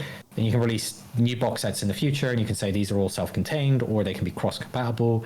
That would probably be the way that you'd get those casual players who are like, I'm a budget player. Maybe I just go in with some friends to buy the deck that I want, and then we're all just going to play this without adding 3 or 4 cases worth of product to our decks. That would be the way that I would probably go about addressing that market. And, well, you know, maybe the community sits down and comes up with lists that are basically acceptable to play out of the, like, this is the list that you're allowed to play. Yeah, some unification together. Of that would be. Unity in Yu-Gi-Oh! Yeah, that's kind of its own thing. But speaking of your company. Sure. Yeah, speaking of companies you've created, actually, it's a great segue. Tell us about Robot Raiders. What do people need to know about it? How has your experiences helped create this game? Gladly. So, Robot Raiders is a 1 to 4 player competitive card game. So essentially, you have 3 players versus 1, and the 1 player is playing a monster, and their deck is really, really overpowered. And the idea is that you've got 3 people working together to overcome this monster player. And it was something I wanted to do a little bit different from like a regular TCG where you have just a straight up 1v1, or maybe something like Commander from Magic the Gathering where you've got like 4 people and you're attacking in a circle, or whatever rules that people go with. And I wanted it to feel a little bit like Bonds Beyond Time, the movie. If you look at the format where you've got Yugi, Jaden, Yusei versus Paradox, and everybody takes like their own turn and gets to have like their own standout moment. That was something that I wanted to recreate with this. And the idea that you had these fantasy robots that are sort of based on traditional RPG classes that felt a little bit like Metabots, which was just something I was a huge fan of back when that came out. The concept sort of came together for this like dungeon crawler because I had inspirations from games like Slay the Spire. I actually think Slay the Spire is probably one of the best card games ever made, and anybody who wants to get good at card evaluation and understanding synergies should play it. That game is so incredibly punishing and humbling. If you're like even a YCS level player, did you go and try and do Ascension 20, which is like the top difficulty, you will get humbled pretty fast if you don't know the game. So I'd recommend anybody go do that. But that was a big inspiration. I was also a huge fan of the World of Warcraft raid decks. I think the best product they ever did for that was the Ice Crown Citadel deck. So the idea is that you had 3 heroes versus the Lich King, and there was like pre-constructed decks in there. So the idea is that you could just go buy that and then play out the box. Whereas all the other raid decks, you had to buy booster packs, build up your deck, and go challenge them. And in fact, if you go and look up the Ice Crown decks, if you want to get them, the sealed ones are incredibly expensive because it was a fun playing experience. So I wanted to recreate some of the vibes from that, and you have this like dungeon crawling. So the idea is like, I've got my basic deck. I want to do some deck building. So as you go through each of the encounters, you'll be adding new cards to your deck. You'll be leveling up. You'll be able to choose upgrades. You'll be get dealt loot cards, and then this will give you new synergies in your deck. The best way to describe it is it feels like you're playing a TCG as you go through, and you're doing like in the middle of the game deck editing in between bosses and stuff like that. So you can have like a build in mind where you go in and say, cool, I'm going to be playing free cost mage. So essentially the idea is that all of my cards, I'm going to be focusing on the really, really big spells. And then I'm going to be choosing upgrades that are going to support that. I'm going to be choosing the cards that support that. Or maybe you see that one of the other robots on your team is doing something different. You're like, oh, actually, no, I've got dealt this loot card. I'm going to shift my strategy. And you're doing that sort of like mid-game. In-game. Like, this isn't between rounds or you're side decking. Like, in the course of the game, you're actively crafting or maybe recrafting your strategy. Yeah, so you've got your basic deck. This will contain all your basic cards, and then you get your advanced cards. And then when you beat a boss, after all the players have completed their turn, you get the loot sequence, and players get dealt a loot card, and then you'll go, okay, cool, I'm going to add 2 advanced cards to my deck. Then I'm going to choose an upgrade, depending on which boss you're going into. And then your playing style will start to develop, and your deck gets more powerful as you start adding these better cards to your deck. But you have control over the cards you're choosing. And the monster player can respond. So they're also adjusting their deck. When they bring the next boss in, they get their next tier of cards, and those are going to be better. They get to choose. So the way we've done the difficulties is you have like a dungeon augment and a monster augment, and there's like 3 different dungeon augments. So these are like environmental effects that apply through the whole raid. So you choose one at the beginning of the game, and that's the one you stick to.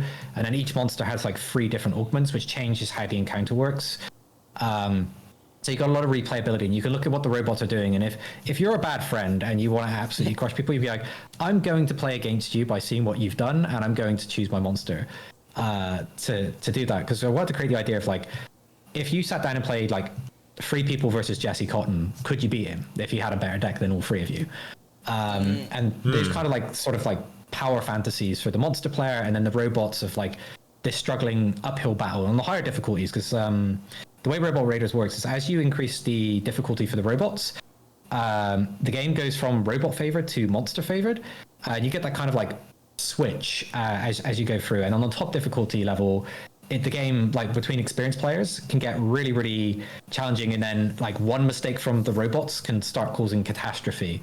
So there's a lot of fun with that. And working together as a team against a player who's just got the better deck, and how does the game sort of dynamically changes. And the idea is we wanted all in the box, everything's contained that you need. So like the Speed Duel Battle Seat box set, a group of friends can buy it and say, cool, we're playing Robot Raiders tonight. And then the idea is in the future, when we've got expansions, those will all be self-contained, but you can take them back and play them with the original. So it's like, maybe I want to grab a future robot and put it back into Swarm of the Spider Titan, which is our first release. Sorry, this side, my camera's flipped. Maybe I want to take the monsters and build my own raid deck. So I'm going to take a boss from this one and a boss from that one and put it together for a fun night with my friends. Yeah, it's interesting. I guess I should apologize because I think at the very beginning I kind of described it as a board game, but I really feel like it sounds almost more like, I guess, just tabletop card or deck builder. Because like, would that be the? It feels like it's a little more dynamic than your average trading card game, given that we pre-construct our decks, and what we have is what we have during the course of a game. But the fact, I mean, is that would calling it a deck builder style game be like an apt description? But it's like, I mean, it's more than just building a deck. You're also competing. That's because I've heard of a similar style of game, but the like monster, the boss wasn't a person. I find it so interesting. The Lorcana decks, yeah. Yeah, I think it was Lorcana that did that. You have no idea how sad I was when they announced it, because I saw the Lorcana announcement. I was like, oh no, because I was like already quite far in the development of Robot Raiders at that point, and we hadn't announced anything. And then I was like, wait, they're just doing free market testing, so I can basically see how if that type of product performs really well, if people would be a fan of Robot Raiders. But to answer your question, it's a dungeon crawling card game is what I've been calling it. It does have deck building elements in. It feels very familiar to anybody who's played TCGs, but it's packaged in a board game format. We found that we resonated really, really well with anybody who's played games like Pokemon, Magic, One Piece, or anybody who's played like TCGs. We also found that people that were huge fans of Dungeons and Dragons really appreciate it. So like, oh wow, this is just like playing Dungeons and Dragons, except instead of rolling dice, I'm playing cards. Which we weren't expecting. We weren't expecting those players to like pick it up, but they're huge fans of like Magic the Gathering. There's a lot of crossover with that audience. But yeah, essentially you are building a deck on the go and you're fighting against, they're doing essentially a boss rush, and you can really tone the difficulty up as high as you want, and you can make your bosses feel like Dark Souls bosses if you really want to be a glutton for punishment. We added a section to the rulebook called Ultra Mode, where we're like, we didn't test these rules, but if you want to make the game even harder, fill your boots. I kind of like the idea. Here are some things we tried that we took out of the game because we thought it was overpowered. But if you want to have a run at it, by all means. Yeah, actually, that's really cool because I know you said that you're going to be sending over a copy. Our local card shop has a board game night, so that's going to be kind of interesting. We have some obsessed people at that shop. Yeah, there's some people who really do get quite into these things, and I'm excited to see like how people kind of react to it, like just seeing what it is. I know right now, I think you were mentioning that there are still there's tabletop simulator demos of it, I believe, right? Yeah, that's right. If you sign up to the newsletter on robotraiders.com, you get emailed a demo. So basically, there's two options. There's the print-to-play demo, so you can just print out the cards, cut them up, proxy them, and you can play them around your table with your friends. Or you can use the Tabletop Simulator link on Steam, and then you can go ahead and play our demo table that we've got set up there. So you can get an idea from Robot Raiders right today what kind of game it is. Shout out to Tabletop Simulator. Like, what a just MVP. I would say if you want to get into game design, tabletop game design, it's mandatory. It's one of the best things ever. And the thing I like about it is actually what a lot of people hate, which is how clunky it feels. But that tells you kind of how people are going to interact with it in real life. When you're like, hey, if I have 15 dice, is that going to feel to roll them? And if it's a pain to do that in Tabletop Simulator, you can start then thinking, how do we change our components? And that was actually one of the things that made us move. Like the Tabletop Simulator uses lots of dice encounters, but for the final version, we create these spin dials where essentially you can track everything without needing any dice. And then for our one of our promotional items that we're going to be doing is we have these actual it's kind of hard to explain. They're basically counters. They're like cogs on a plastic spinner. So essentially you can spin over all of your stuff. So basically everything is tracked on that. So you don't need any extra. You just need the cards and your basically your counter. That's a fun one. Yeah, counter. Not a counter trap. And then, yeah, not a counter trap. Oh yeah, it is a counter trap, isn't now it? Now a counter trap, but I wanted to also ask. Oh, actually, sorry. No, go ahead. Yeah, and sort of the idea then is that reduces the amount of components in the game, and it makes it faster to set up, and you're less likely to lose pieces and stuff like that. We'll be including that in the review copy that we send over to you, because we couldn't get the spin dials made. It's been a little bit interesting getting our review copies put together because we've had to pull things from different sources, so it's taken us a little bit longer than we planned, but everything should be going out early next week, so you guys can have it, and I hope the people at your local store and in your community really enjoy it, and we'd love to hear how everyone got on with it. That's another thing then. The Kickstarter, like you said, is launching at the end of the month. We'll obviously give everybody a reminder on the date, where to find it. We'll link it. I wanted to ask you, I guess technically the Kickstarter itself has not begun then, but what have been some of the just thoughts and maybe challenges with that? Because I've never done a Kickstarter before. I've always been intrigued by just the platform. I have supported things on Kickstarter, but what's that like? I feel like timing and marketing, it just seems like it'd be so much. Yeah, there's a lot to the Kickstarter process, and technically your Kickstarter starts 3 months before your campaign, because it's the way that it works is you bring your audience to the platform. Those people will largely fund the project, and there's a lot of emphasis on whether or not your project gets funded in the first 48 hours, but realistically first 24 hours. And then that will decide whether or not Kickstarter starts promoting your game to its audience of, I'm not sure how many people, I think it's 15 million registered users on Kickstarter. and then you start getting organic traffic that way. So you need to essentially be able to fund the development of your product or your project with the people you bring. And the brilliant thing from their business perspective is then you're introducing all of your friends, all of your leads, all of your marketing to their platforms. They collect all the emails and they can use that for marketing. They can use that for their own data purposes when they sell that data on. So that's really good from Kickstarter's perspective, but it's less good for you because you're spending your marketing money to get people registering for Kickstarter. I'm going to say nice things about Kickstarter because if they see this video, I want the projects we love badge, so I don't want to be too harsh on their business model. I mean, it does remind me a lot of just like how like even like a YouTube video feels like. It's like those first 24, 48 hours, like you gotta, people gotta show up, so it does well, but rambling. Anyway. Yeah, you're not going to get seen if you don't have that kind of momentum. So what you essentially end up doing is you build your game out first and you decide, is this fun? And the first day that we played Robot Raiders, I put it together. We did proxy. We basically had proxies, and it was just printouts of cards. It was very much like how I used to test Yu-Gi-Oh. And I sat around a table with a lot of people I used to judge with, and April Cooley. We played Robot Raiders for about 8 hours, I want to say, and there were so many arguments between two players at the table, and I was like, oh god, has this really gone well? And there's been this many like complaints or like points, and we got to the end of the night, and I asked him, I was like, was it fun? And like, oh god, that was incredible. Yeah, like I couldn't get enough of the and that's when I kind of learned a little bit that a negative reaction is also good feedback. It's actually positive for you. If people care enough to get mad about something, it means that they're still invested in it. And that was really interesting. So I could then take that feedback and work on it. Like, okay, so this part of the game is fun, and this part of the game isn't fun. We've got, I think, this is version 14 is our like review copy version. So we've gone through like 14 iterations of constantly like updating cards, changing the rules, and moving things around. And as you're doing that, you start off by creating a landing page, which is where people are going to come register for your Kickstarter, and people have different strategies that they use for that. So that might be a VIP funnel, which is, hey, if you put down $1 today, we'll give you like an extra thing. We chose not to do that because we felt like that was a little bit like pressuring people with fear of missing out, FOMO, and that really kind of preys on the neurodivergent people that kind of have to have complete collections. So we didn't want to do that. But a VIP funnel is a proven successful method for Kickstarters. You start building a mailing list.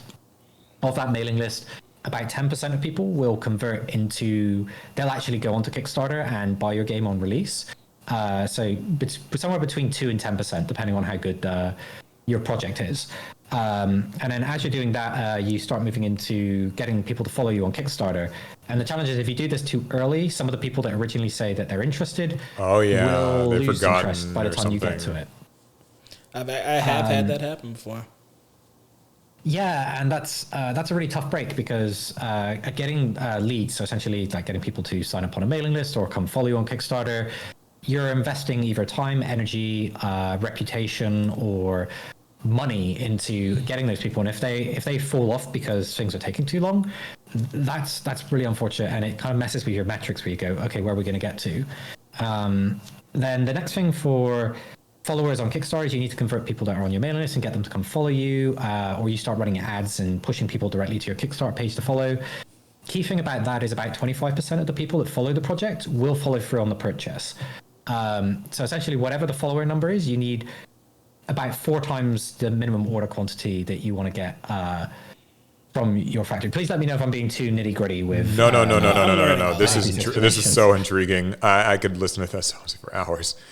Because like it's so interesting that like what you're describing just so far is it feels so, it's like this weird like looking glass mirror of YouTube in ways.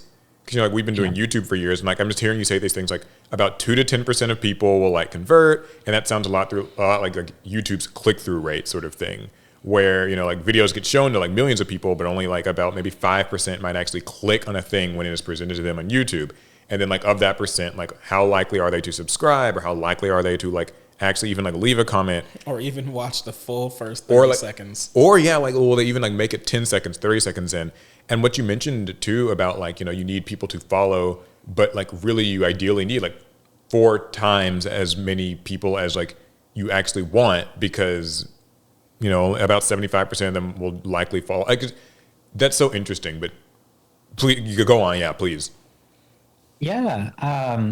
And essentially what you do from that is you can then backtrack to figure out what your customer acquisition cost is. So your customer acquisition cost is cost of making the product, cost of delivering the product, and then cost of advertising spent acquiring a customer. And that basically says if you're spending more than this to acquire a customer, then you're losing money on it, and you can then sort of figure out what your ad budget is based on that. And if you're saying that maybe 1 in 10 people on a mailing list shows up, you can then work out that, okay, so for every 10 people that sign up, I make 1 sale. If it costs me $5 to acquire those customers, it basically means for every $50 I spend, I get 1 sale. If I'm making less than $50, there's a problem in my marketing strategy. Obviously, I need to have better ads that are getting cheaper clicks, or basically people that sign up. So it may mean there's a problem with your landing page, or something that you're communicating isn't resonating with the audience. And you can then figure out from there, like, okay, I need to make changes here, I need to make changes there, and then keeping that audience engaged, and then getting them over onto Kickstarter to follow. So from the calculations that I've done, I basically need to get to about 280 people to purchase our middle tier in order to fully fund the project. Because when you approach a factory in whatever region, so this could be Cardamonde in Europe, it could be a factory in China, you need to look at their minimum order quantity, and they'll tell you, okay, we will do your game, but you need to order at least 1,000 units, and we'll give you this price. And you're like, okay, so I need to be able to pay for 1,000 copies of the game. And then how do you set up your pricing based around that?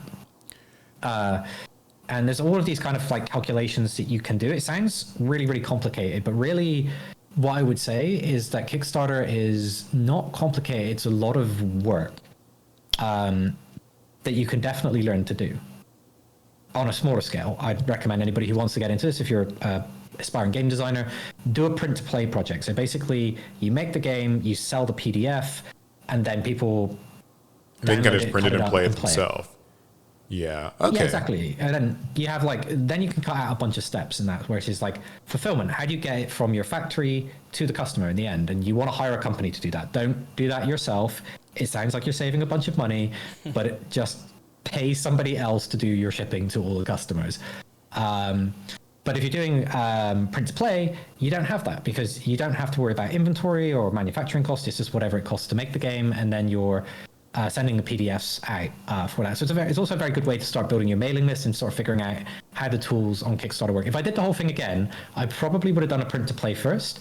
But I kind of had the advantage where I've got a lot of experience in producing physical products and getting it to places, which is why Robot Raiders is the way it is, because I'm confident on choosing the right card stock, doing all the checks, color checks and stuff like that, and sort of figuring out how do you get it from China to your fulfillment center. That's stuff that I did for Konami for a very, very long time. And that's something that you probably want to keep in mind whilst you're building it, is like, what's the customer's experience? How do you go from, I've seen this, I like this, I want it, and then you getting it to them, so that they then have the experience. Like, you need to figure out those steps. But there's a ton of resources out there. You might find people that are saying, hey, you can buy our course. I think a board game course with backer kit costs about $3,000, I think it is. And then they give you this is how you build a landing page, and you've got their tools which will build you a landing page essentially. It'll give you knowledge of different strategies and stuff you can use. But all of that information is free through different sources on YouTube if you spend the time searching for it. I mean, sometimes it's useful to then have somebody that you can then talk to that will look at your page and go, change this or do this. Right. But anything you can buy a course for in this field, you can essentially find all of the resources online free, or you can just go to a convention like Gen Con or UK Games Expo or Essen, and there'll be plenty of people that have gone through the process themselves. Just go up and have a conversation, ask them how they did it.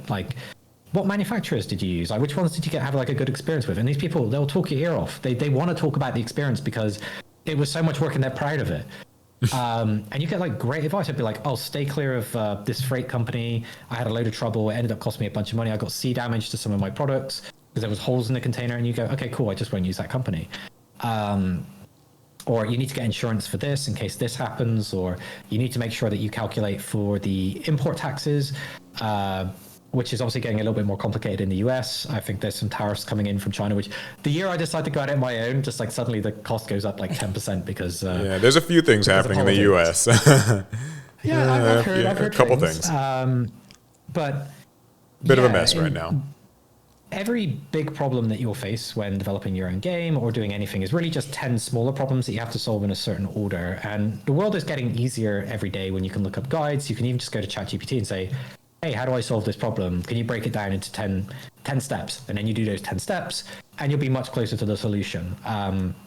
There's a ton of options. And if, for example, your platform was to release a game, you'd be in such a better position than me because you've already got an established audience. You've got trust that people like believe that you're going to deliver on what you're going to do. And then you've got like the people who then you can essentially say, hey, here's our game, or here's our product. And that is so powerful. Having the audience is kind of why people spend so much money on influencer marketing in general. It's because just getting people to look at something is so expensive. Speaking of getting people to look at something, because I do think that there are probably a lot of listeners who might actually just really be interested in Robot Raiders, what they've heard. Yeah. What do they need to know? Like where should they be going? I'm obviously where. I'm going to link it all because I do want people to know. Of course. So right now, the best thing would be to go over to our Kickstarter page. That's if you just search Robot Raiders Kickstarter, it'll be one of the first links that pops up on Google. This will let you then follow, and there's a bunch of like information about the game, sort of how to play. You've got links to our socials on there. If you go to robotraiders.com, you can register on the mailing list, and that will send you a demo. And then you can go try it out. You can come join our Discord.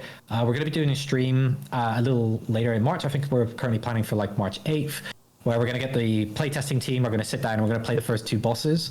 And we're going to stream that and we're going to put it on YouTube so you can get like a real idea of what the game is based on us playing it on the hardest difficulty to see, hey, is this for you? And of course, you can play the tabletop simulator or the print to play demo to get a real idea. And then if you come into the Discord and just ask me, just tag me and say, hey, I've got questions about this, I will respond. I will sit there, I will talk to you about it.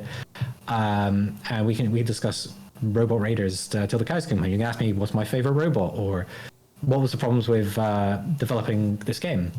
Like we had this extra mode where we basically decided, what if you wanted to just play by yourself and you didn't have anybody who wanted to play the monster, sorry. So you just want I just want to play the paladin versus the raid. So I will say I had a huge inspiration from solo leveling when this idea came about. And it was like reliving that fantasy of like, I'm going to go into a dungeon and just handle this myself, like Sun Jinu. So we sort of tested the rule base and figured out how to automate the boss so that you can play through that whole thing. So say you're sat at an airport with a layover, you just crack the game out and just like start doing a raid entirely by yourself. And the rules fully support that. Or if you've got 2 players and you want to play cooperatively against a dungeon, I think it's more fun solo, but there are going to be people that want to play cooperatively against it, and the game extends to that. And then there's multiple difficulty settings, so you can tone it down, you can tone it up. I was actually going to ask if there was a way to play solo, but I didn't. So like, oh, that's stupid. Yeah. Why would he make a solo mode? Well, there we go. There's a solo mode.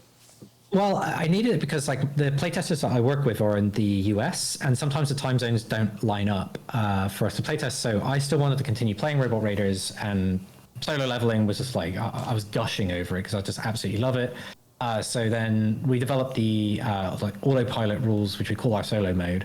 And it's like it plays very differently. Like the cards you're going to be choosing are very, very different. And then some robots are more viable than others, depending on the augments you choose for the boss and the dungeon augment. Because all of the robots have built-in weaknesses. Like the mage doesn't have very good defense. And if it's trying to push a ton of damage, it starts losing resources. Whereas the ranger is very good at pushing single target damage, but gets overwhelmed by lots of monsters. And of course, Swarm of the Spider Titan, there's lots of spiders. The Paladin has lower damage output, but is like very, very good at defensively. And like you basically build around these kind of things, especially when you're playing solo. You're like, how do I compensate for this? Should I just lean into my strengths? What augment am I playing against? And it's going to be a bit of a puzzle for people to figure out how to clear the whole thing. And on the top difficulty, you can get to Vindra and then die on the last boss, maybe in the last 10 life. You're like, oh god, like I was so close because like I cleared everything up to this point. And we wanted that to sort of have people where they could take cards that are like very, very good in team play, but then that strategy changes in solo mode. And all of the augments are double-sided. So to balance it, because we had trouble trying to make the free versus one augments be fun in solo play. So we made them all double-sided, where it's like flip it over and it says solo mode, and then there's a version of the augment that's very similar to the team play one, so that you can then still have the same experience, but in a more balanced way for that one versus the game setup. Well, honestly, that sounds really fun. I actually can't wait to try it. Yeah, because we should be getting it here in a bit. Actually, probably by the time this video goes out, we'll actually have it. So, honestly, I really hope so. Yeah. I gotta say, Matt, thank you so much for coming on and sharing all this with us. Thank you. I know, it's kind of difficult time zones and everything like that, but seriously, your insights are so valuable. I think that it's kind of crazy. You've just been able to like transition from working on Yu-Gi-Oh for such a long time, take the skills, move them over to your own game.